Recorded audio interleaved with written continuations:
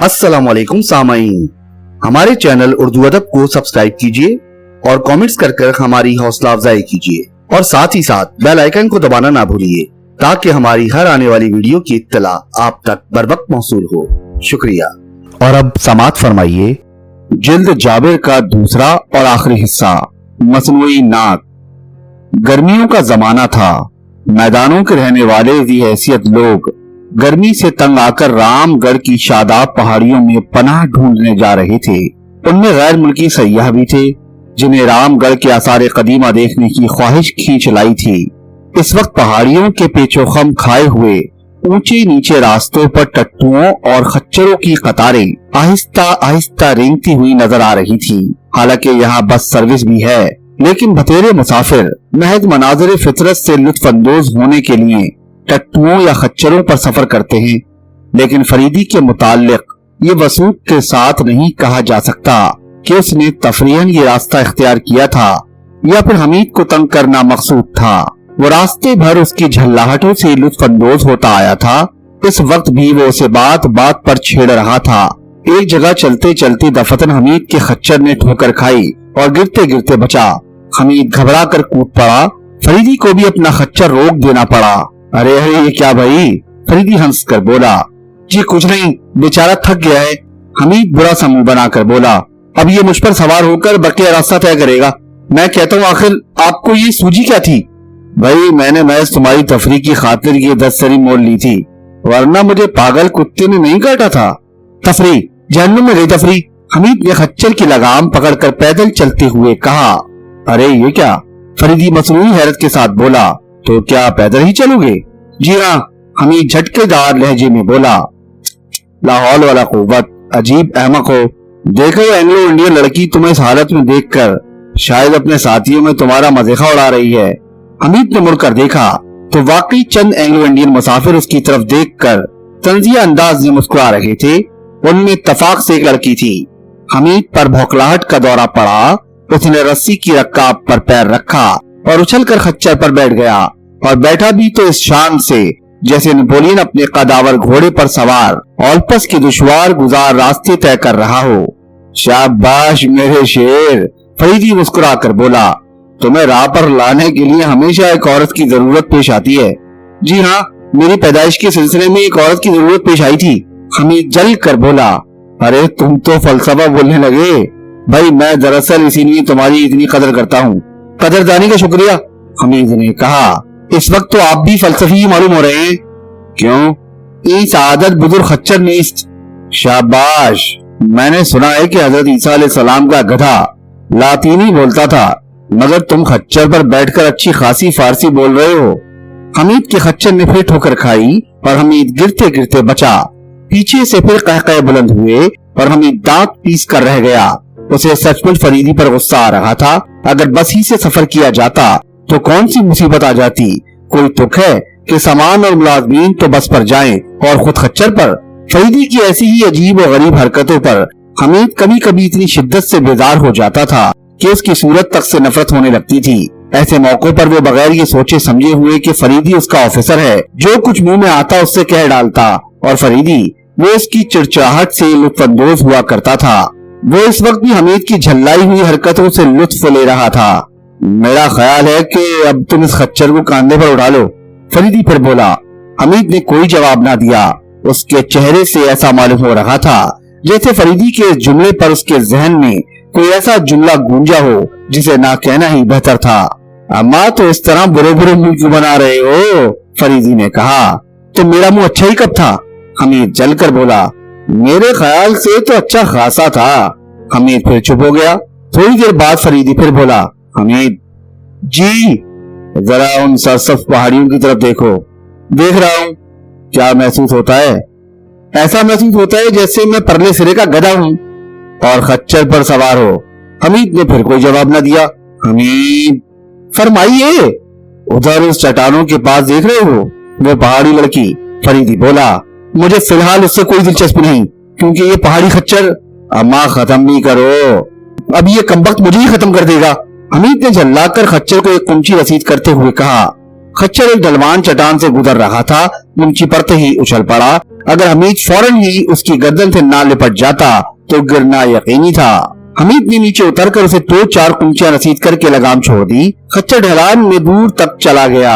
اے صاحب، خچر والا پیچھے سے چلایا اور وہ انگلی لڑکی اپنے ساتھیوں سمیت قہقہ لگانے لگی۔ حمید کو اس کی سریلی آواز زہر معلوم ہونے لگی۔ اس نے پلٹ کر قہر آلود نگاہوں سے اس کی طرف دیکھا۔ فریدی بھی اپنے خچر پر سے اتر پڑا تھا۔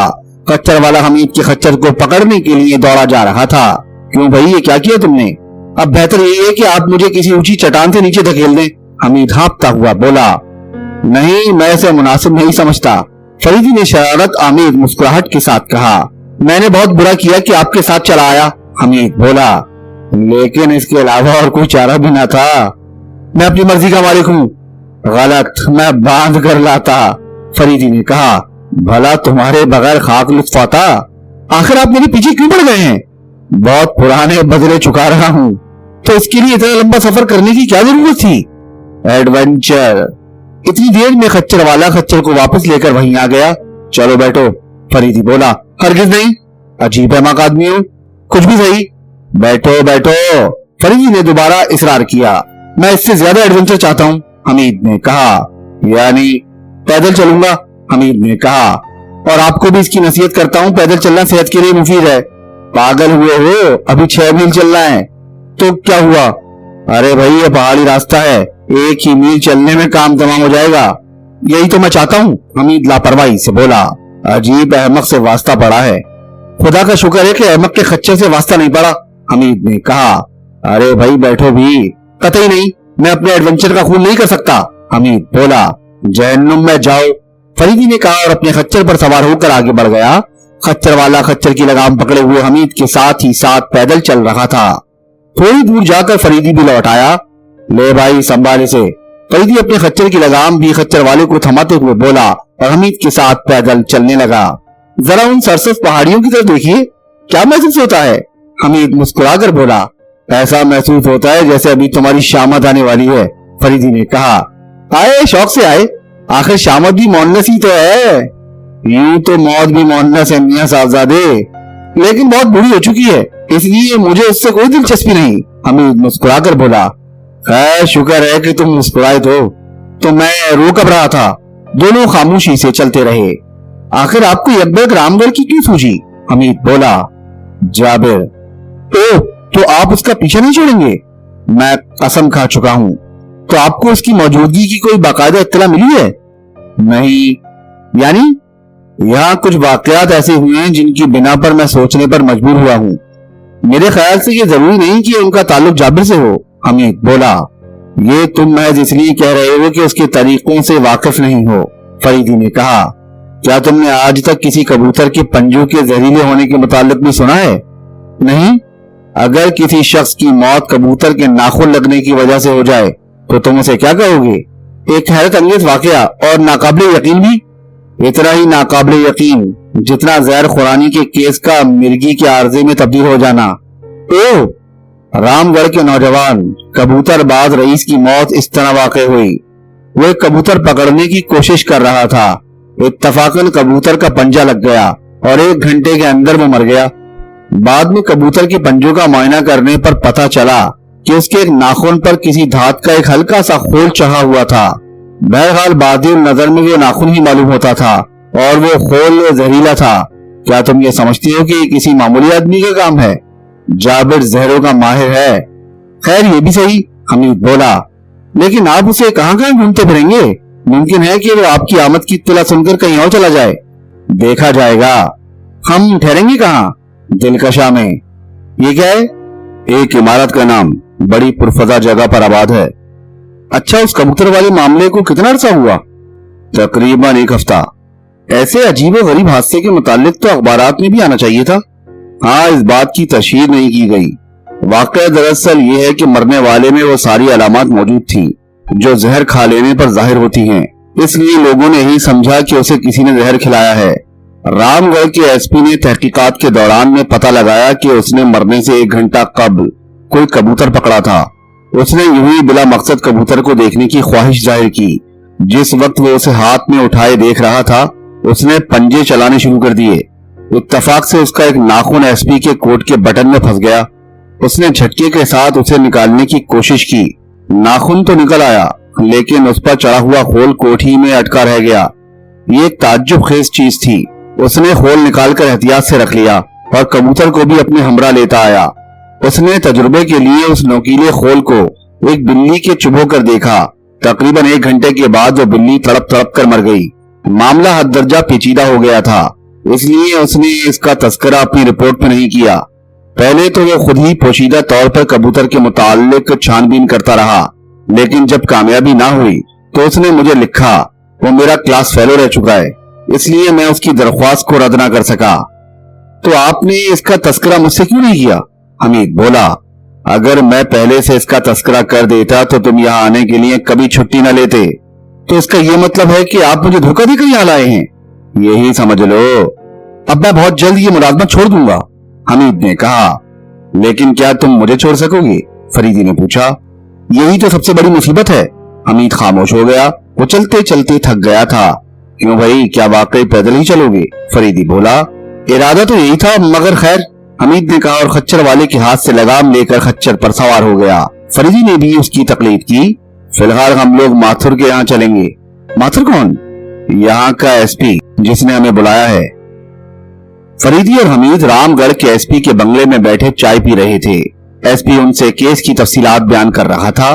बस ये समझ लो कि बिल्ली की मौत के बाद से मेरी तहकीकात की गाड़ी ठप हो जाती है। एसपी बोला। मरने वाले की सोशल पोजीशन क्या थी? फरीदी ने पूछा। नवाबजादा शाकिर एक इंतहाई बाइखलाक आदमी था और सोसाइटी में इज्जत की नजरों से देखा जाता था। वो था तो नौजवान ही, लेकिन बूढ़ों से ज्यादा अक्लमंद था। गैर शादीशुदा था। वो अपना ज्यादातर वक्त कबूतरों या किताबों पर सर्फ करता था। अजीब बात थी कि वो गोशा नशीन होते हुए भी इंतहाई सोशल आदमी था। उससे मिलने वाले उसे तन्हाई पसंद नहीं समझते थे, हालांकि वो 100% तन्हाई पसंद था। ये उसके किरदार का एक अजीब और गरीब पहलू था। किसी ने आज तक उसे किसी से लड़ते झगड़ते नहीं देखा था। मेरा ख्याल है कि उसका कोई दुश्मन ही नहीं था। थोड़ा बहुत अय्याश तो जरूर रहा होगा? फरीदी ने पूछा। मैंने उसके मुतालिक कभी कोई ऐसी बात नहीं सुनी जिससे उसका अय्याश होना साबित होता, और यहाँ कोई ऐसा रईस नहीं जिसके रगो रेशे से मैं वाकिफ न हूँ। यहाँ उसके साथ कौन कौन रहता था? सिर्फ चंद नौकर। उसका कोई अजीज करीब उसके साथ नहीं रहता था। कोई ऐसा अजीज जो उसकी मौत के बाद उसकी जायदाद का मालिक हो सके? एसपी कुछ सोचने लगा। हाँ, एक साहिबा हैं, नवाब अख्तरुल की बेवा। मरने वाले से उसका रिश्ता? चचाजाद बहन। यही कोई 24-25 साल। एक 7-8 साल की बच्ची भी है। मरने वाले से उसके ताल्लुकात कैसे थे? अच्छे ही थे, वैसे कोई ज्यादा रब्तो जब्त भी ना था। तुमने उससे इस केस के मुताल्लिक गुफ्तगू जरूर की होगी। हाँ, वो बहुत मगहूम थी। मेरा मतलब ये नहीं, तुमने उससे गुफ्तगू करने के बाद क्या नतीजा अखज़ किया? यही कि उस पर किसी किस्म का शुबा नहीं किया जा सकता।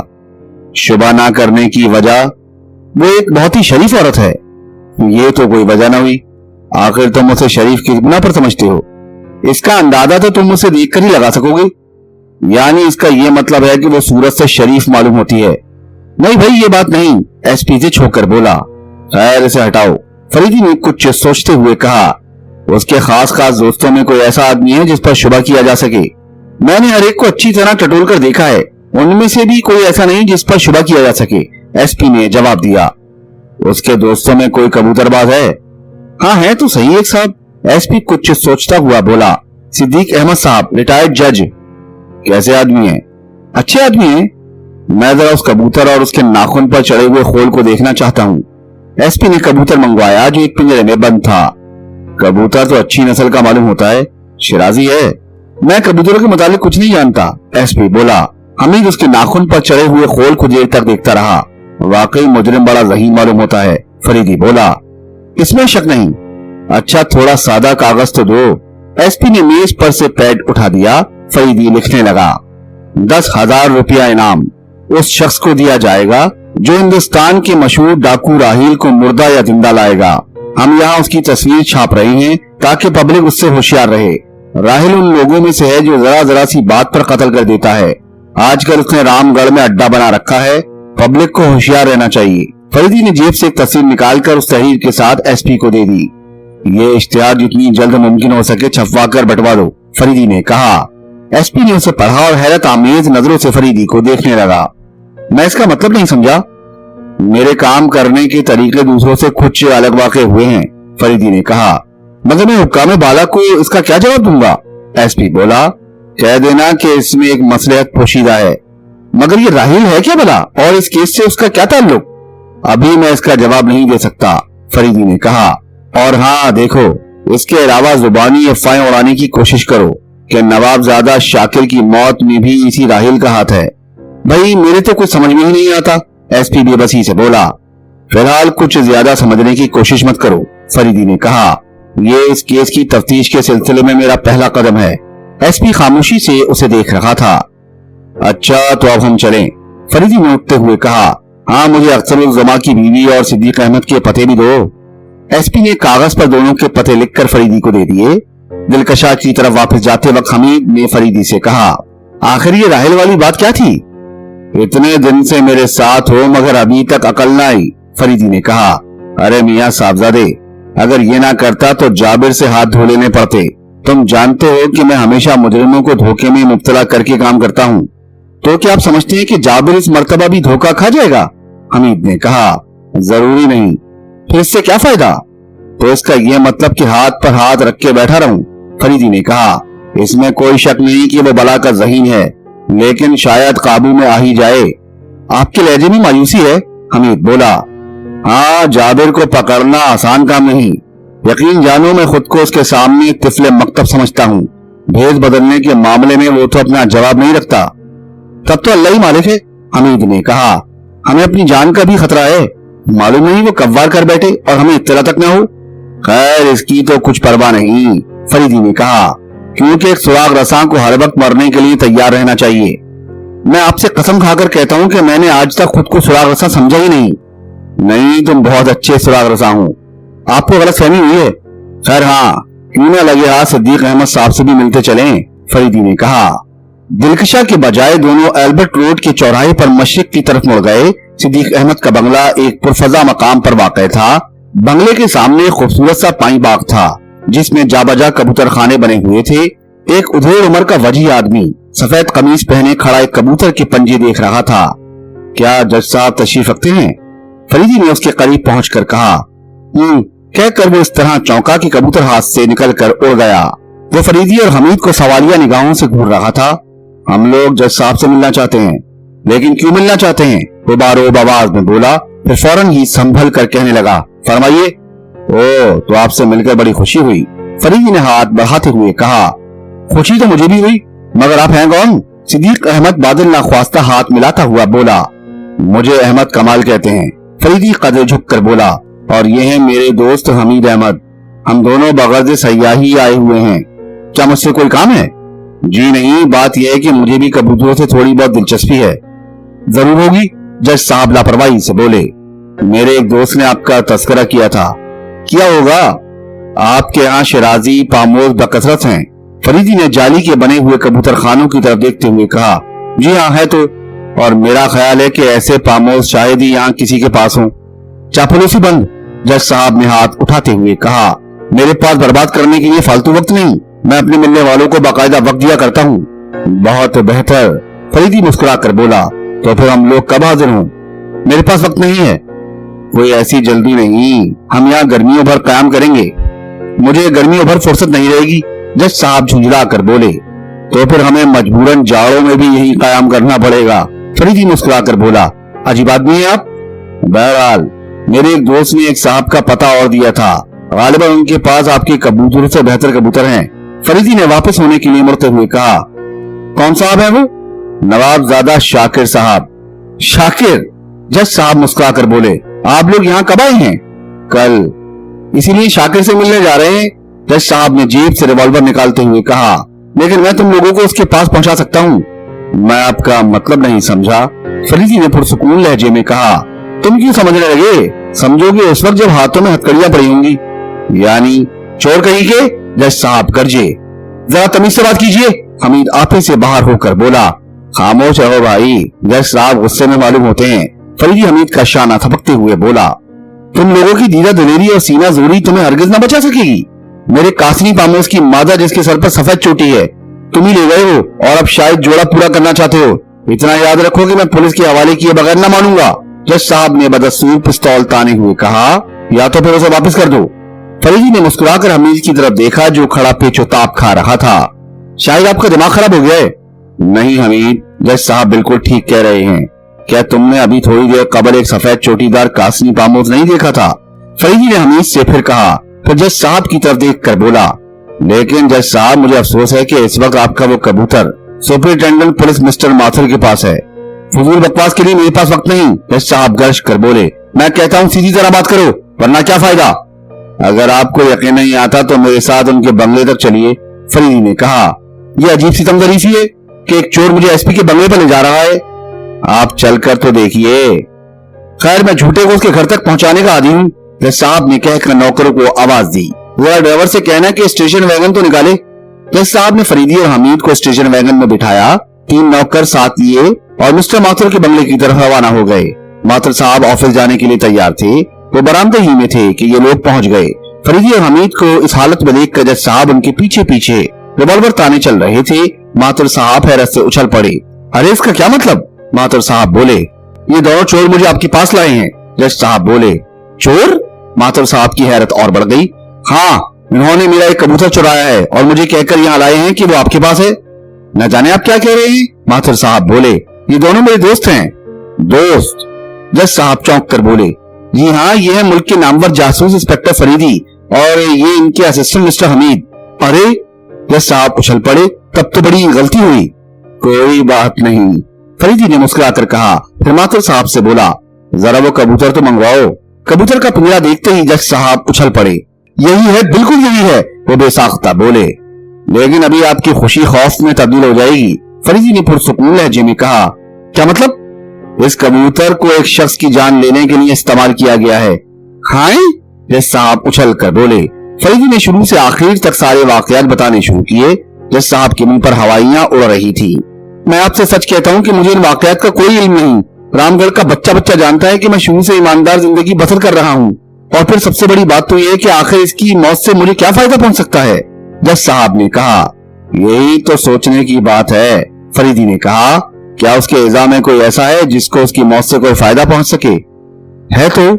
जज साहब कुछ सोचते हुए बोले, लेकिन उसके मुतालिक किसी किस्म की बदगुमानी करना कम से कम मेरे इम्कान में तो नहीं। कौन है? उसकी चचेजाद बहन नवाब अख्तरुज़्ज़मा की बेवा। तो उस पर शुबा ना करने की क्या वजह हो सकती है? ये आप उससे मिलकर ही महसूस कर सकेंगे। खैर, देखा जाएगा। ये बताइए कि ये कबूतर आपको मिला कहां से था? मैंने एक शख्स से पूरा जोड़ा खरीदा था। तो क्या दूसरा भी आपके पास मौजूद है? जी हाँ, मैं उसे देखना चाहता हूँ। जज साहब ने सुनते ही नौकरों को दूसरा कबूतर लाने के लिए भेज दिया।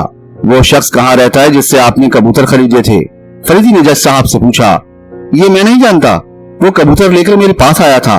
कबूतर इतने अच्छे थे कि मैंने उससे ज्यादा बातचीत नहीं की। उसका उड़िया याद है आपको? फरीदी ने पूछा। जी हाँ, एक उधेड़ उम्र का आदमी था, लेकिन काफी तवाना, तंदुरुस्त और कदावर था। मफलूकुल हाल मालूम होता था, लेकिन अंदाजे गुफ्तगू से पढ़ा लिखा और शरीर मालूम होता था। घनी मूछें और फ्रेंच कट दाढ़ी थी और नाक के पास एक बड़ा सा उभरा हुआ तिल था। बोलने में कुछ हकलाता भी था। ये गुफ्तगू हो रही थी कि जज साहब के नौकर कबूतर लेकर आ गए। फरीदी ने जेब से चमड़े के दस्ताने निकाले और उन्हें पहनकर कबूतर के पंजों का जायजा लेने लगा। इसके पंजों में कुछ नहीं, वो थोड़ी देर बाद बोला। फरीदी ने जज साहब से और भी बतेरे सवाल कर डाले, लेकिन वो किसी खास नतीजे पर नहीं पहुंच सका। अलबत्ता इतना जरूर हुआ कि उसने जज साहब को भी मशकूक लोगों की फहरिस्त में दाखिल कर लिया और कबूतरों के मुताल्लिक जुबान बंद रखने की हिदायत करके रुखसत कर दिया। उसी दिन शाम को फरीदी और हमीद नवाब अख्तरुज़्ज़मा की कोठी में मौजूद थे। खिदमतगार ने उनका इस्तकबाल करके उन्हें मुलाकाती कमरे में पहुंचा दिया था और अब वो वहां बैठे बेगम साहब की तशरीफ आवरी का इंतजार कर रहे थे।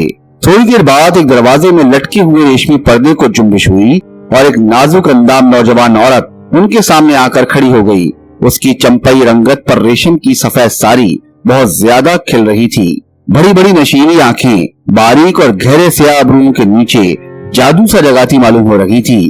ऊपरी होंठ में ऊपर की तरफ हल्का सा घुमाव था। कानों की लुओं के करीब रुखसारों का सुलगा सुलगा सा उभार बिल्कुल ऐसा ही लग रहा था जैसे अभी वहां से लज्जतों के सूते उबल पड़ेंगे। दोनों उसे देख कर खड़े हो गए। तशरीफ रखिए, उसने मुतरन्नम आवाज में कहा।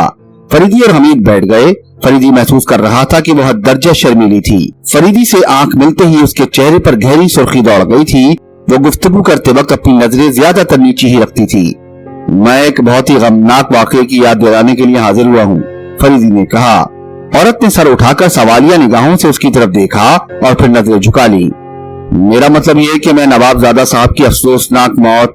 तो क्या आप उनकी कोई दोस्त हैं? औरत बोली। जी नहीं, हमारा ताल्लुक महकमा पुलिस से है।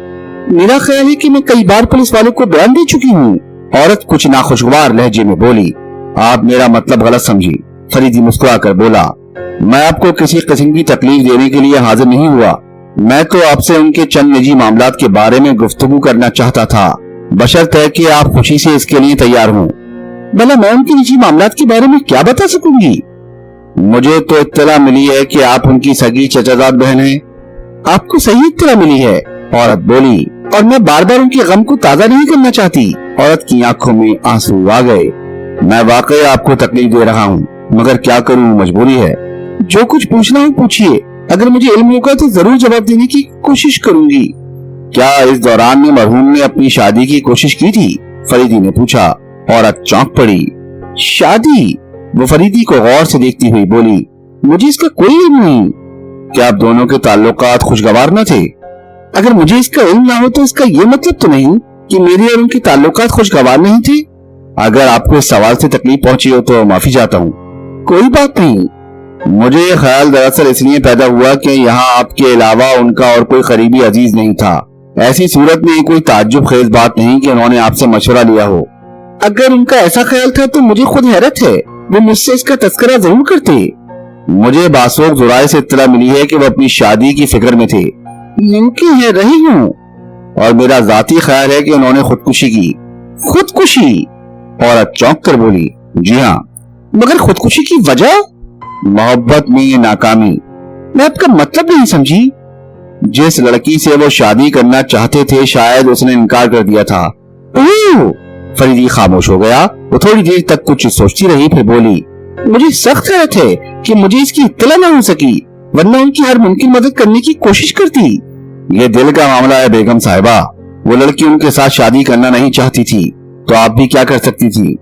ये भी ठीक है, औरत बोली। मैं उस लड़की का नाम और पता जानना चाहती हूँ।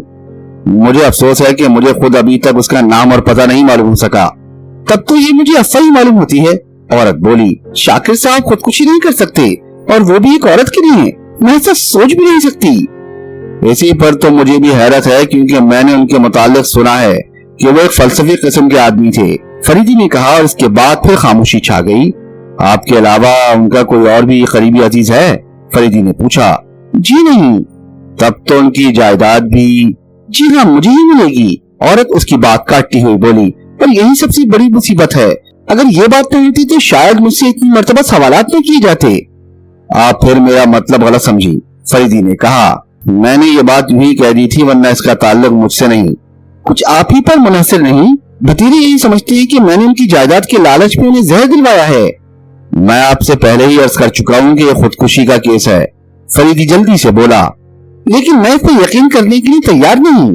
फिर आखिर आपका क्या ख्याल है? मेरी समझ में नहीं आता कि क्या ख्याल कायम करूं। उनका कोई दुश्मन?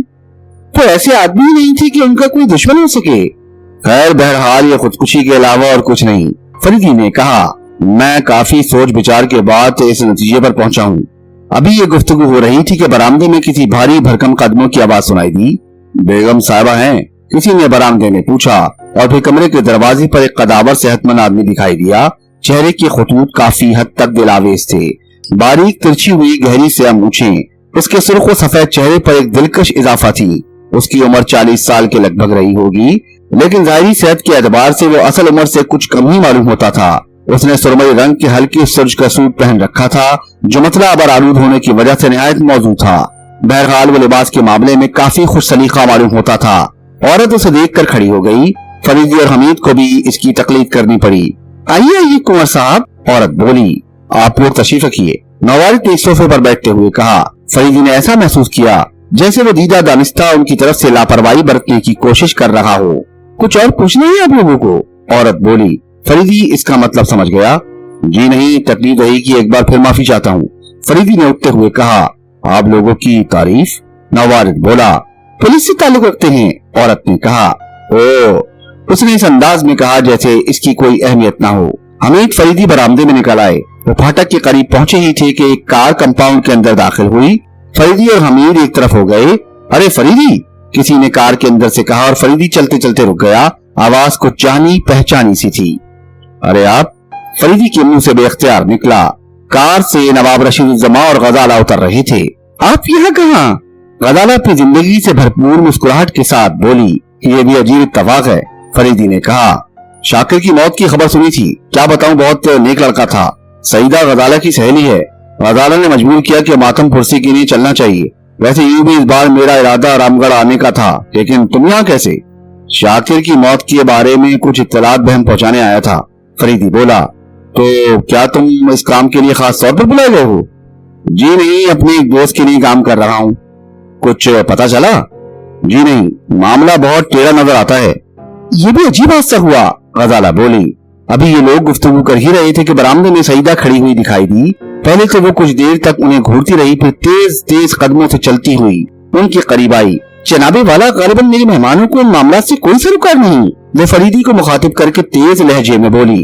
अरे अरे भाई, नवाब साहब बोले, ये तो अपना फरीदी है। फरीदी क्या मतलब? सईदा चौंक कर बोली, अहमद कमाल फरीदी, मेरे एक मरहूम दोस्त की निशानी और एशिया का मशहूर तरीन सुराग सा। सईदा थोड़ी देर तक फरीदी को हैरत आमेज नजरों से देखती रही, फिर दफतन संभल कर बोली, मुझे अपने रवैये पर नदामत है। भला मैं कैसे जान सकती थी कि आप कौन हैं, जबकि आप लोगों ने अपना मुकम्मल तारुफ नहीं कराया था।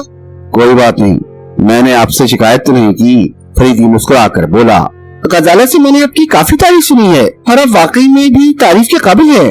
सईदा ने कहा। फरीदी खामोश रहा। उसकी नजरें सईदा की तरफ बराबर लगी रहीं। सईदा के चेहरे पर किसी किस्म के कोई आसार न थे। नवाब रशीदुज्जमा इस गहरे सुकूत से तंग आकर बोले, अच्छा मियाँ, अब तुम जाओ, मगर शाम का खाना साथ ही रहेगा। क्यों बेटी सईदा? जी हाँ, मुझे मालूम न था कि फरीदी साहब और आप लोगों के ताल्लुकात ऐसे हैं, वरना मैं खुद ही पेशकदमी करती। सईदा के अल्फाज में खुशगवारी और मसनूई इखलाक के मिले जुले जज्बात नुमाया थे, मगर फरीदी ने उनका कोई असर न लिया। बरामदे में कुंवर साहब को देखकर सईदा ने गजाला से कहा, आओ बहन चलें, इत्मीनान से बातें होंगी। तो फिर फरीदी साहब आप जरूर आ रहे हैं? गजाला ने मुड़ते हुए कहा, हाँ फरीदी साहब तो जरूर आएंगे, ये गरीब ना हाजिर हो सकेगा। हमीद ने कुछ इस तरह मुंह बनाकर कहा कि सईदा भी बेख्तियार हंस पड़ी। हंसते हंसते उसकी निगाह कुंवर साहब पर पड़ी। वो ठिठकी और फिर तेजी से कदम बढ़ाती हुई आगे बढ़ी। गजाला के ठहूके पर उसने मिनमिनाते हुए कहा, अभी बताती हूँ, मरी क्यों जा रही है? नवाब रशीदुज्जमा भी बरामदे के करीब आ चुके थे। उन्होंने मुड़कर देखा, फरीदी और हमीद दरवाजे से बाहर जा चुके थे।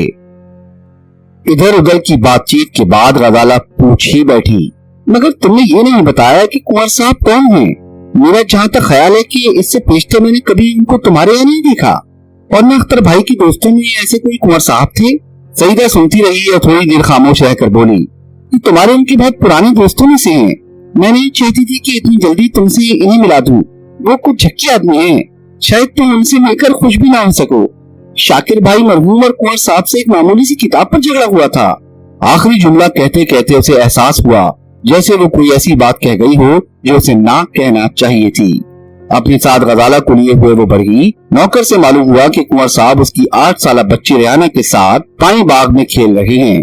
गजाला और सईदा जब पाई बाग में पहुंची, कुंवर साहब रेहाना को गोद में उठाए हुए नाच रहे थे। उन्होंने बेशुमार तितलियां और भंवरे पकड़ रखे थे और उन सबको डोरे से बांध रखा था, और सब डोरों का आखिरी सिरा उनकी गर्दन से बंधा हुआ था। उनके नाचने के साथ साथ तितलियां भी इधर उधर घूम रही थी। मासूम रेहाना इस खेल से बहुत खुश थी। सईदा अब तक खामोश थी। उसने मुस्कुरा कर कहा, गजाला आओ, तुम्हें कुंवर साहब से मिला दूं। कुंवर साहब आपसे मिलिए, आप मेरी अजीज तरीन सहेली गजाला खानम, और आप हैं कुंवर जफर अली खां, उनकी कदीम जिगरी दोस्त और मेरे बहुत बड़े हमदर्द सहारा। कहते कहते उसकी आंखें छलक उठी। कुंवर साहब ने सईदा और गजाला की तरफ देखा और कदरे खुश्क लहजे में बोले, चलिए घर में चलकर बैठे, शाम को आपके कुछ मेहमान भी शायद आएंगे। शाम के खाने पर हमीद और फरीदी मधु थे। कायदे के मुताबिक उन्हें रात 7 बजे पहुंच जाना चाहिए था, मगर 8:30 हो चुके थे और उनका कहीं पता न था। मजबूरन नवाब रशीदुज्जमा ने सईदा से कहा, अब इंतजार फजूल है, खाना लगवा दो। खुद अपने हाथ से मुर्ग पकाया था, मगर इन सबों की किस्मत ही में न था, फंस गए कहीं। खाना मेज पर लगा दिया गया। नवाब रशीदुद्दौला मुर्ख की टांग काट कर अलहदा ही करना चाहते थे कि जनाब की आवाज के साथ कमरे के सब बल्ब टूट कर जमीन पर आ रहे। एक बल्ब नवाब साहब की बेहद मरगूब डिश शाह पसंद दाल में गिरा और गरम गरम दाल उनके चेहरे पर पड़ी। फायर की पहली 6 आवाजों के बाद एक सेकंड के लिए बिल्कुल सन्नाटा हो गया। नवाब साहब ने देखा कि 2 शख्सों ने सईदा और गजाला के मुंह बंद कर रखे थे और उन्हें उठाए लिए जा रहे थे। वो चीखे मगर चीख निकलने से पहले ही इतने जोर का वार उनके ऊपर पड़ा कि वो तगड़ा कर गिर पड़े। हल्की हल्की धुंधली शक्लें उनके सामने से गुजरी। उनमें से एक फरीदी भी था। उनका हाथ उठा और फिर गिर पड़ा। कुंवर साहब इस हादसे के लिए बिल्कुल तैयार न थे। रोशनी गुल होते ही वो बड़बड़ा कर उठे और कबल इसके कि वो कुछ कर सके उनके सीने पर पिस्तौल लगा हुआ था। इससे पहले कि वो कुछ कहें, सामने वाले आदमी ने कहा, खबरदार अगर एक लफ्ज भी मुंह से निकाला, चुपचाप खड़े रहो। आवाज उन्हें कुछ मायूस सी मालूम हुई। उन्होंने आंखें फाड़ कर देखा। सुबह वाला इंस्पेक्टर फरीदी उन्हें घूर रहा था। इतने में उनके साथी ने आकर कहा, उस्ताद काम हो गया, अब चलना चाहिए। अच्छा कुंवर साहब ऐसे ही खड़े रहिए, अगर जरा से भी जुम्बिश हुई तो ना सिर्फ आप खत्म हो जाएंगे बल्कि ये लड़की भी इस दुनिया में ना रहेगी। फरीदी ने रेहाना की गर्दन पकड़ रखी थी। मासूम लड़की की आंखों से आंसू बह रहे थे। उसका भोला चेहरा इस अंधेरे में भी रोशन था। उस आदमी ने आहिस्ता से कहा, कुंवर साहब अपने अंदर की जेब में रखा हुआ कागज मुझे दे दीजिए। नवाबजादा शाकिर की मौत के सिलसिले में ये कागज खासी अहमियत रखता है। अगर आप ये कागज मुझे दे दें तो मैं वादा करता हूँ कि कीमिया बनाने वाली किताब नवाबजादा की कब्र से निकाल लूंगा। आप गरीब नवाबजादा के कातिल हैं। आपने उनके खून से हाथ रंगे हैं। बेहतर है कि ये कागज मुझे दे दें। ये सब राज मेरे सीने में दफन रहेंगे। वो कागज मेरे पास नहीं है, कुंवर साहब ने हकला कर जवाब दिया।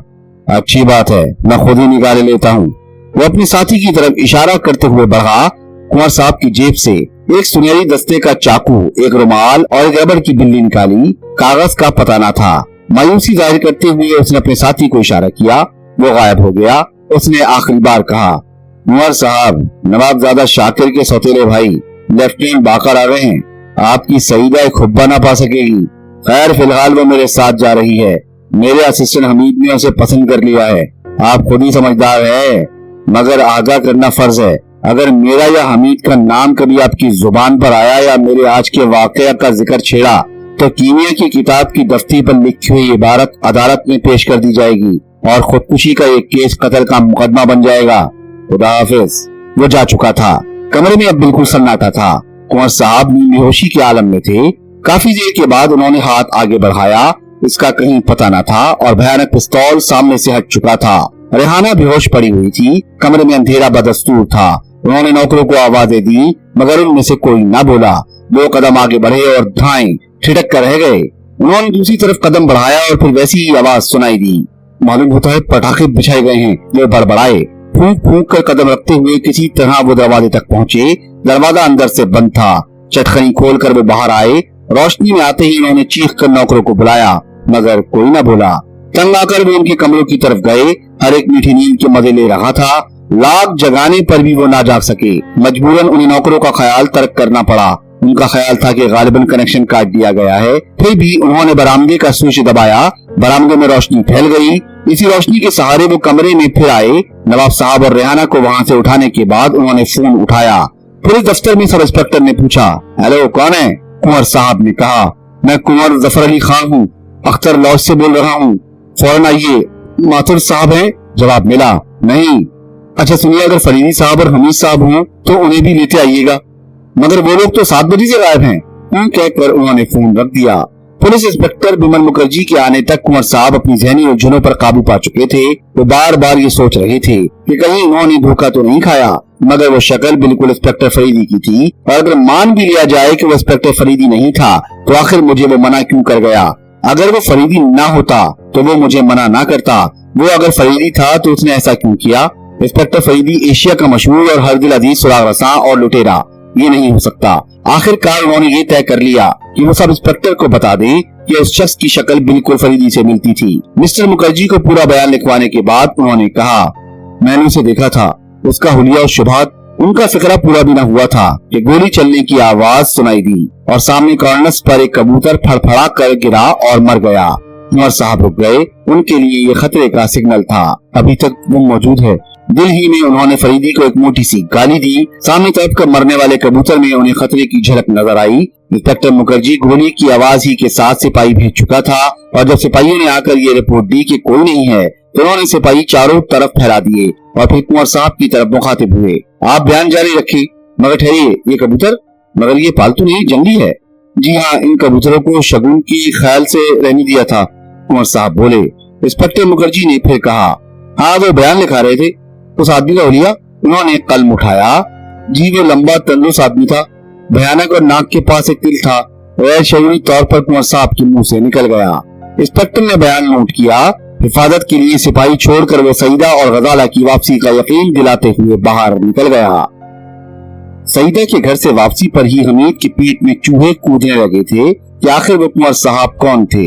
सईदा की उखड़ी उखड़ी गुफ्तगू ने उसे यकीन करने पर मजबूर कर दिया था कि बहरहाल शाकिर के कत्ल में कहीं न कहीं सईदा का हाथ जरूर है। इसके बावजूद भी उसके ज़हन में सईदा की तस्वीर नाचने लगती थी, मगर फिर भी उसमें बेपनाह जिनसी कशिश थी। उसके कान की लुएं, उसके तमतमाते हुए रुखसार और सबसे बढ़कर से डॉल कुंदानी कलाइयां। वो गुम हो गया। खामोशी से उकता कर उसने फरीदी से पूछा, सईदा के बारे में क्या ख्याल है? गनीमत है तुम्हारे लिए, फरीदी तंजिया बोला। नहीं नहीं, किस खच्चर के पट्टे का ख्याल भी उस तरफ गया हो? मैं तो शाकिर के कत्ल के बारे में पूछ रहा था। हमीद कुछ झींकते हुए बोला, तुमने कुछ कुछ तो ठीक ही सोचा है। बहरहाल शाकिर के घर चल रहे हैं, शायद कोई काम की बात निकल आए। शाकिर की कोठी पर पुलिस का सख्त पहरा था। पूछगछ पर मालूम हुआ कि कोई साहब लेफ्टिनेंट बाकर तशरीफ लाए थे और अपने को सौतेला भाई बता गए हैं। आज रात में वो बम्बई जा रहे हैं और परसों तक वापस आ जाएंगे। अदालत से वो हुक्म इम्तनाई शाकिर की विरासत के सिलसिले में निकलवा चुके हैं। इसकी इत्तला शायद सईदा खातून को मिल चुकी होगी। इतनी बातें जानने के बाद फरीदी घर में दाखिल हुआ। लाइब्रेरी में 2000 के करीब किताबें थीं। उनमें से थोड़ी ही तादाद अंग्रेजी और उर्दू के शोरा पर मुश्तमिल थी। बकिया इल्म हवानियात, नबातात, जमादात, कीमिया, सिम्बा, फलसफा कदीम और जदीद पर किताबें मुश्तमिल थी। कबूतरों की पहचान, कबूतरों के फवाइद पर एक बड़ा कलमी नुस्खा था। किताबें कुछ जर्मन, कुछ फ्रेंच, कुछ लातीनी जुबान में थी। सामने एक बड़ा सा सेफ था। मेज पर रूह और उसकी मायत के उन्वान से एक किताब पढ़ी थी। किताब की जिल्द पर कुंवर जफर अली खां का नाम दर्ज था। अंदर का एक सफा फटा हुआ था। फरीदी चौंका और चश्मे रदन में वो उसकी जेब के अंदर था। हमीद खामोशी से अपने उस्ताद का तरीकेकार देख रहा था। उसे उलझन हो रही थी कि आखिर इस उलट पलट का मतलब क्या है और इससे क्या नतीजा बरामद हो सकता है। फरीदी से झल्लाकर उसने कहा, मेरे ख्याल में ये किताबें खूनी है।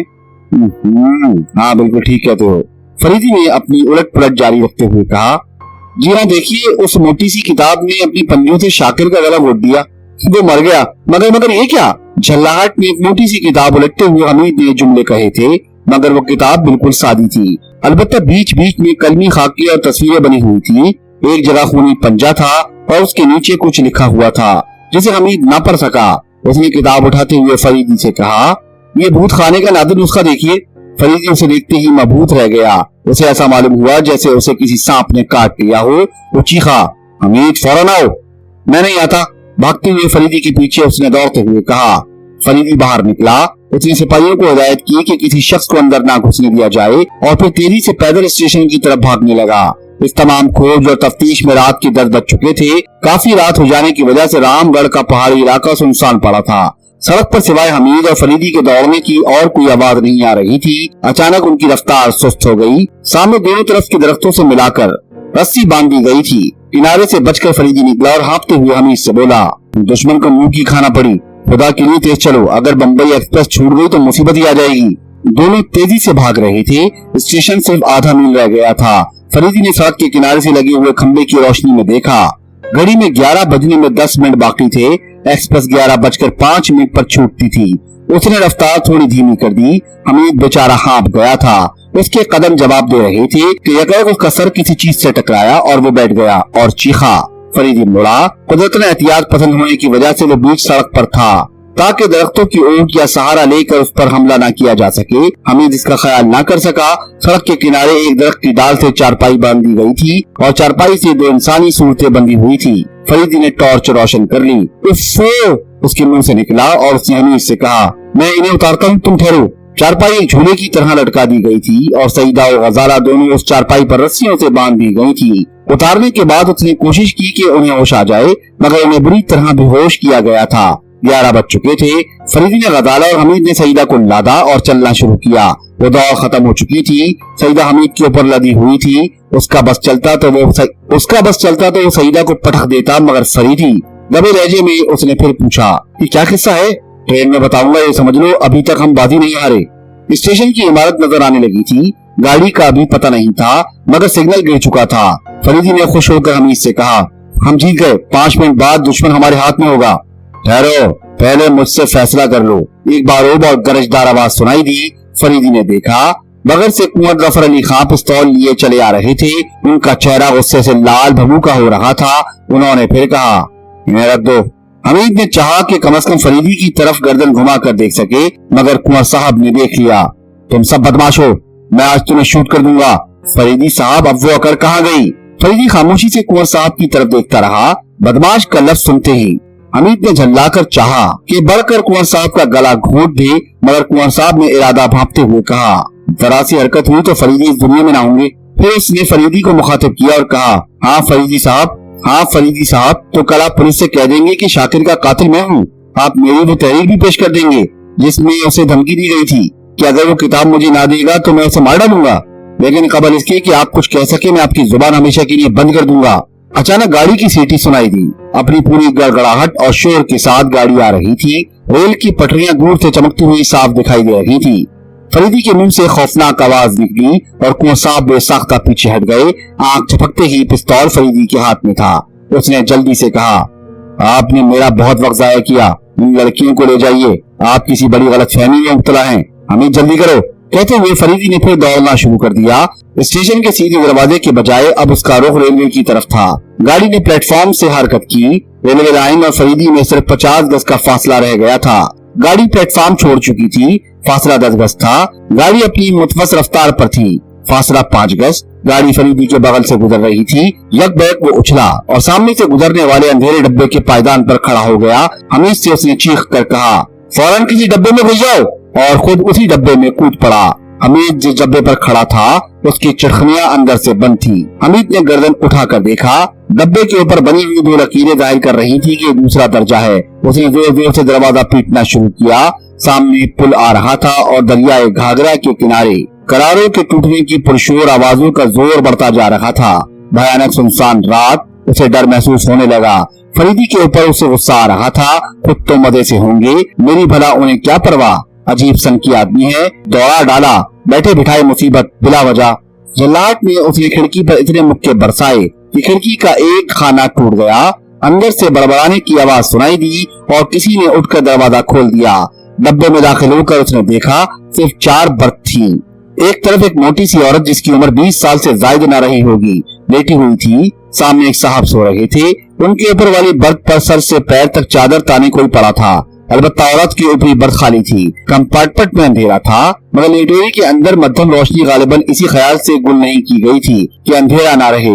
हमीद ने चारों तरफ देखा और ऊपरी वाली बर्थ पर चढ़ गया। तमाम रास्ते की थकान, दौड़ और मेहनत ने 2nd क्लास के गद्दे पर नींद को आवाज दी और वो सो गया। उसकी आंख खुली तो दिन अच्छा खासा निकल आया था। गाड़ी विंध्याचल की खूबसूरत पहाड़ी सिलसिले के दरमियान से गुजर रही थी। उसने झांक कर देखा, वो औरत उठ चुकी थी। रात की इतनी मोटी सी औरत ने नजर उठाई और उसे मुस्कुराते देखकर खिलखिला कर हंस पड़ी और अजीब अंदाज में बोली, अब नीचे आओ ना। हमीद को भला कहाँ बर्दाश्त। इतनी मुद्दत के बाद एक शिकार मिला था, क्या वो उसे भी छोड़ देगा? वो फौरन कूद पड़ा। जैसे ही उसने चाह के बैठे, औरत ने कहा, ना पहले मुंह धोकर चाय पी लो, तब फिर बातें करना। हमीद उसकी इस बेतकल्लुफी पर कुछ खुटका, मगर सामने बैठे हुए बंगाली को मुस्कुराते देखकर उसे ऐसा महसूस हुआ जैसे उसकी मुस्कुराहट कह रही हो, क्यों बे चौध, डर गया ना आखिर बुद्धू डरपोक। और वो झट से बाथरूम में दाखिल हो गया। मुंह धोकर बाहर निकला।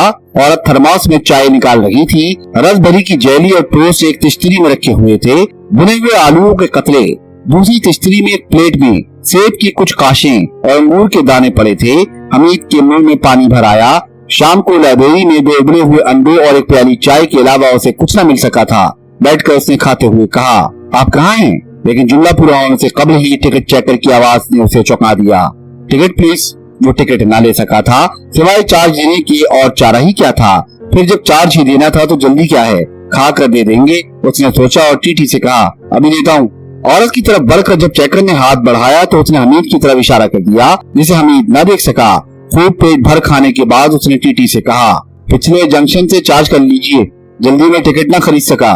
चार्ज शीट बनाने के बाद टीटी ने कहा, 167 रुपए 12 आने। कितने? हमीद ने उछल कर कहा, जरा देखूं कहाँ से चार्ज कर रही हैं? जी जबलपुर से, 2 आदमी, 2nd क्लास। टीटी बोला। वो कौन? हमीद घुर्राया। आप और आपकी, यानी कौन है ये आपकी? टीटी ने कहा, धर्म पत्नी। औरत को झींकते हुए बोली, फिर हमीद की तरफ देख कर कहने लगी, अरे टीटी साहब को पान पत्ता के लिए कुछ दे दो, इतना न लेंगे। हमीद को जैसे हजारों बिच्छुओं ने डंक मार दिया।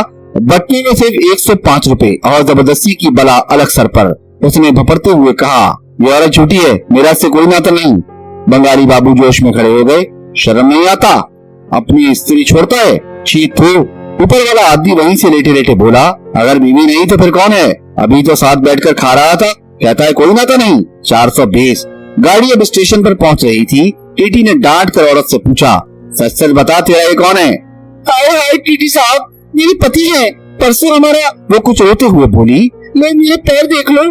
उसके रंगे हुए पैर और चांदी के छल्ले गवाही दे रहे थे कि अभी अभी उसकी शादी हुई है। उसने फिर हमीद का हाथ पकड़ते हुए कहा, रुपए के डर से कंगन भी छुपा दिए। हाँ हाय, मेरी तकदीर फूट गई। कहते हुए उसने जोर जोर से चिल्लाकर रोना शुरू कर दिया। गाड़ी स्टेशन पर खड़ी हो गई थी। अच्छी खासी एक भीड़ जमा हो चुकी थी। हमीद की जान अजीब मखमसे में थी।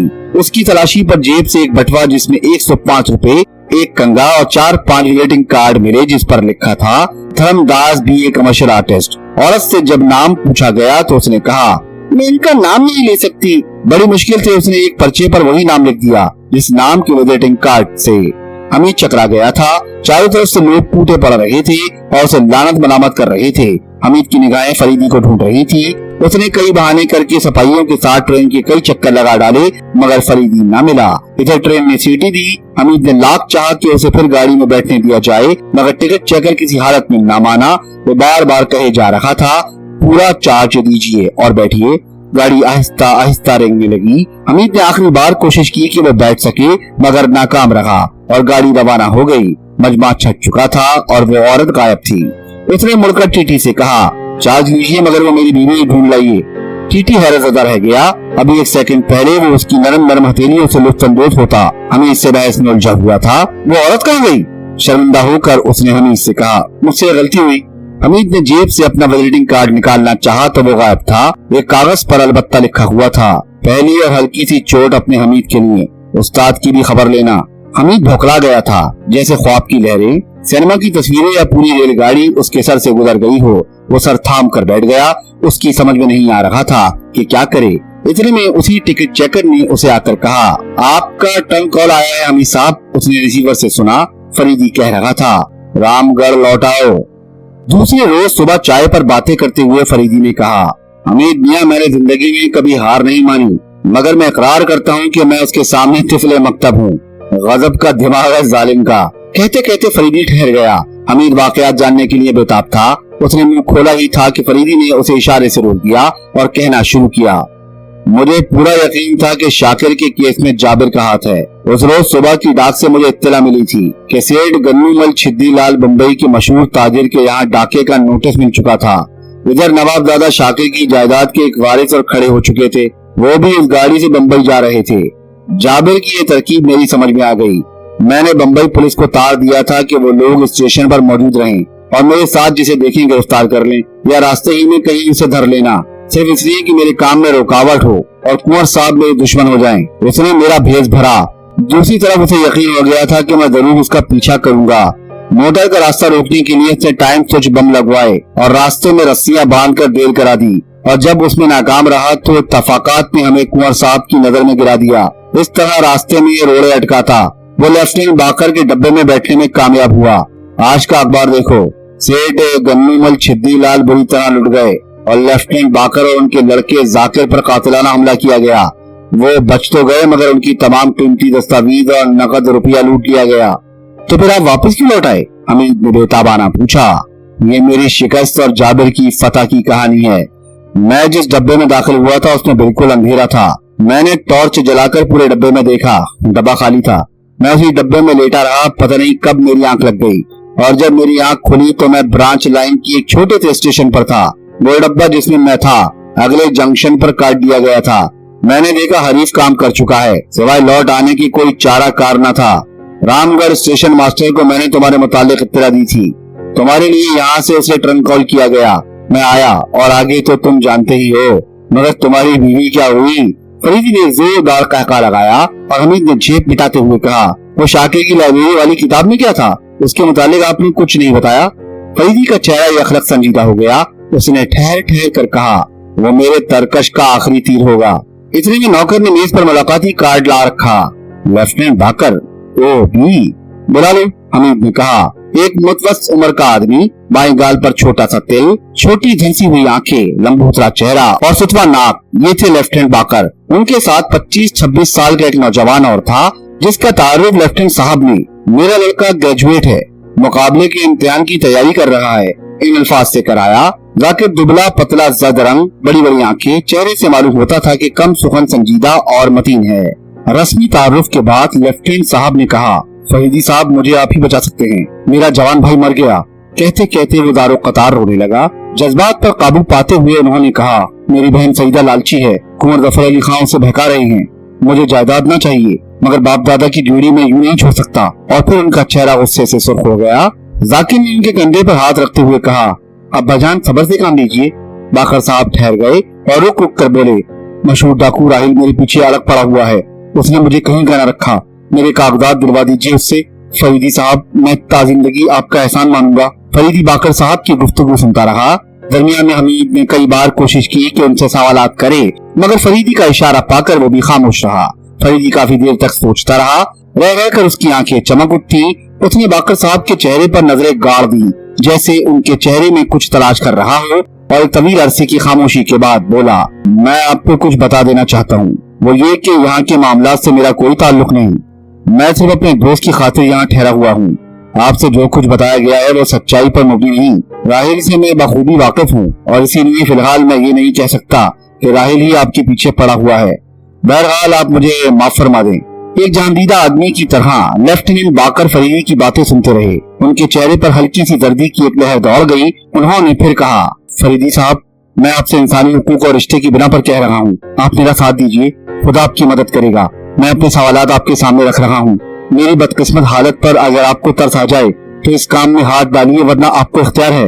मेरे वालिद नवाब जाहिर अली खान थे। उनकी पहली शादी राजा सैयदपुर की लड़की से हुई थी। शादी के 3 साल बाद मेरी वालिदा का इंतकाल हो गया। 12 साल तक वालिद ने शादी न की, लेकिन आखिरकार उन्हें शादी करना ही पड़ी। अपनी दूसरी माँ के सुलूक से तंग आकर मैं भाग निकला।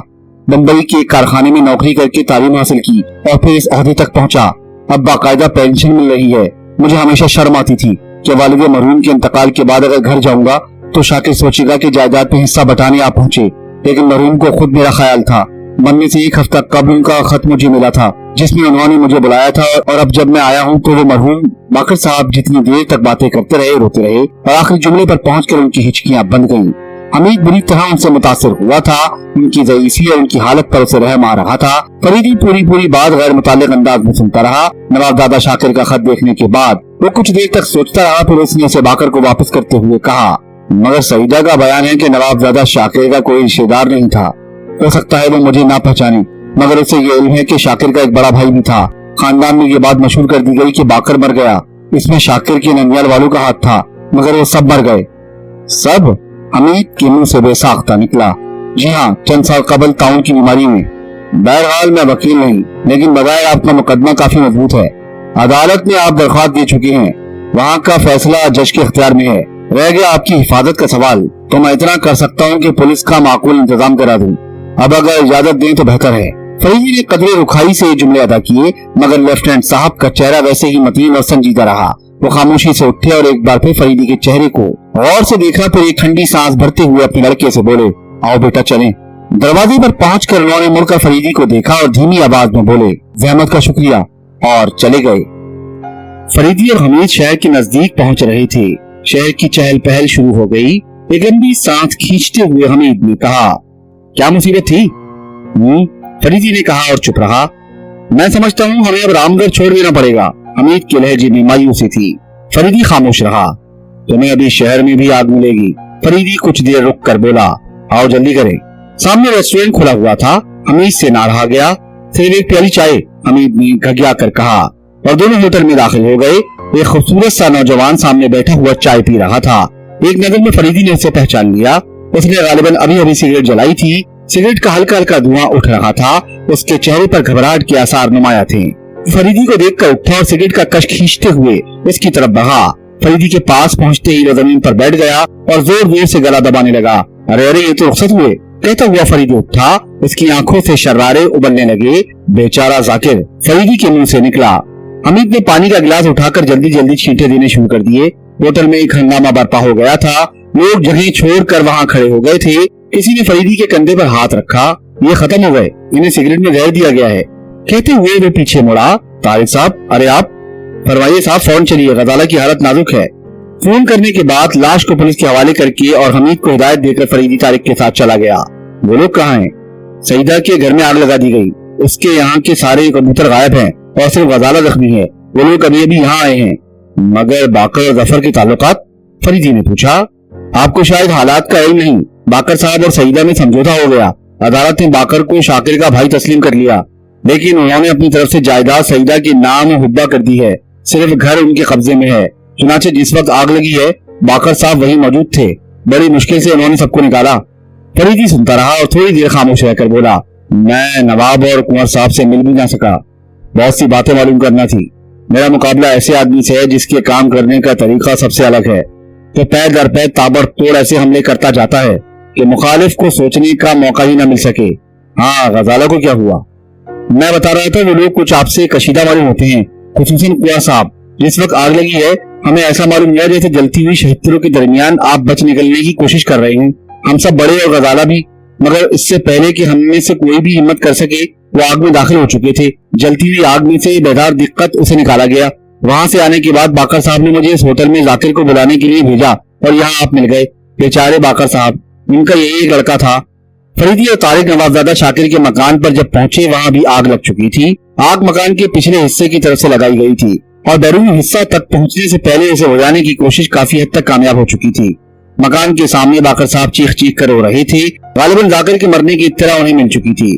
غزالہ باہر ہی ایک پلنگ پر لٹائی گئی تھی، صرف ذرا سی خراش اور پیر کا نچلا حصہ جلا تھا۔ بلا وجہ طارق نے پریشان کر دیا۔ فریدی میں منایا اور پھر پلٹ کر نواب صاحب کی طرف مڑا۔ نواب رشید الزماں بالکل گمسم تھے اور سعیدہ غزالہ کے پاس بیٹھی ہوئی پھٹی پھٹی آنکھوں سے دیکھ رہی تھی۔ کنور ظفر علی خان کا کہیں پتہ نہ تھا۔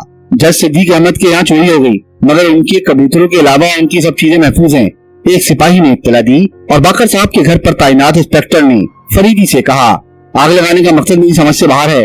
نوابزادہ شاکر کے تمام پرانے کبوتروں کے علاوہ گھر کی ہر چیز محفوظ ہے۔ مگر آگ لگانے والوں میں سے کسی کو آپ دیکھ سکے؟ فریدی نے پوچھا۔ ایک شخص گرفتار ہوا ہے، اسے بھاگتے ہوئے دیکھ کر گولی چلائی گئی تھی، اس کے بائیں شانے پر گولی لگی ہے۔ وہ لیجیے، اسے یہ لوگ لے بھی آئے۔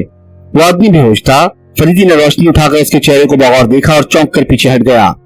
کنور ظفر علی خان، اس کے منہ سے نکلا۔ باقر صاحب کنور کو دیکھتے ہی چیخنے لگے، بہن سعیدہ دیکھا تم نے؟ اسی نے میرے بھائی کی جان لی، اسی نے گھر میں آگ لگائی، اسی نے میرے بیٹے کو مارا اور اب یہ مجھے بھی مارنا چاہتا ہے۔ اگر یہ مجھ سے کہہ دیتا تو میں اسے یوں ہی کبوتر دے دیتا۔ ان کی آوازوں میں عورتوں کا درد چھلک رہا تھا، وہ بے تحاشا چیخ رہے تھے، ان کی آنکھوں سے آنسو کی دھاریں بہ رہی تھی۔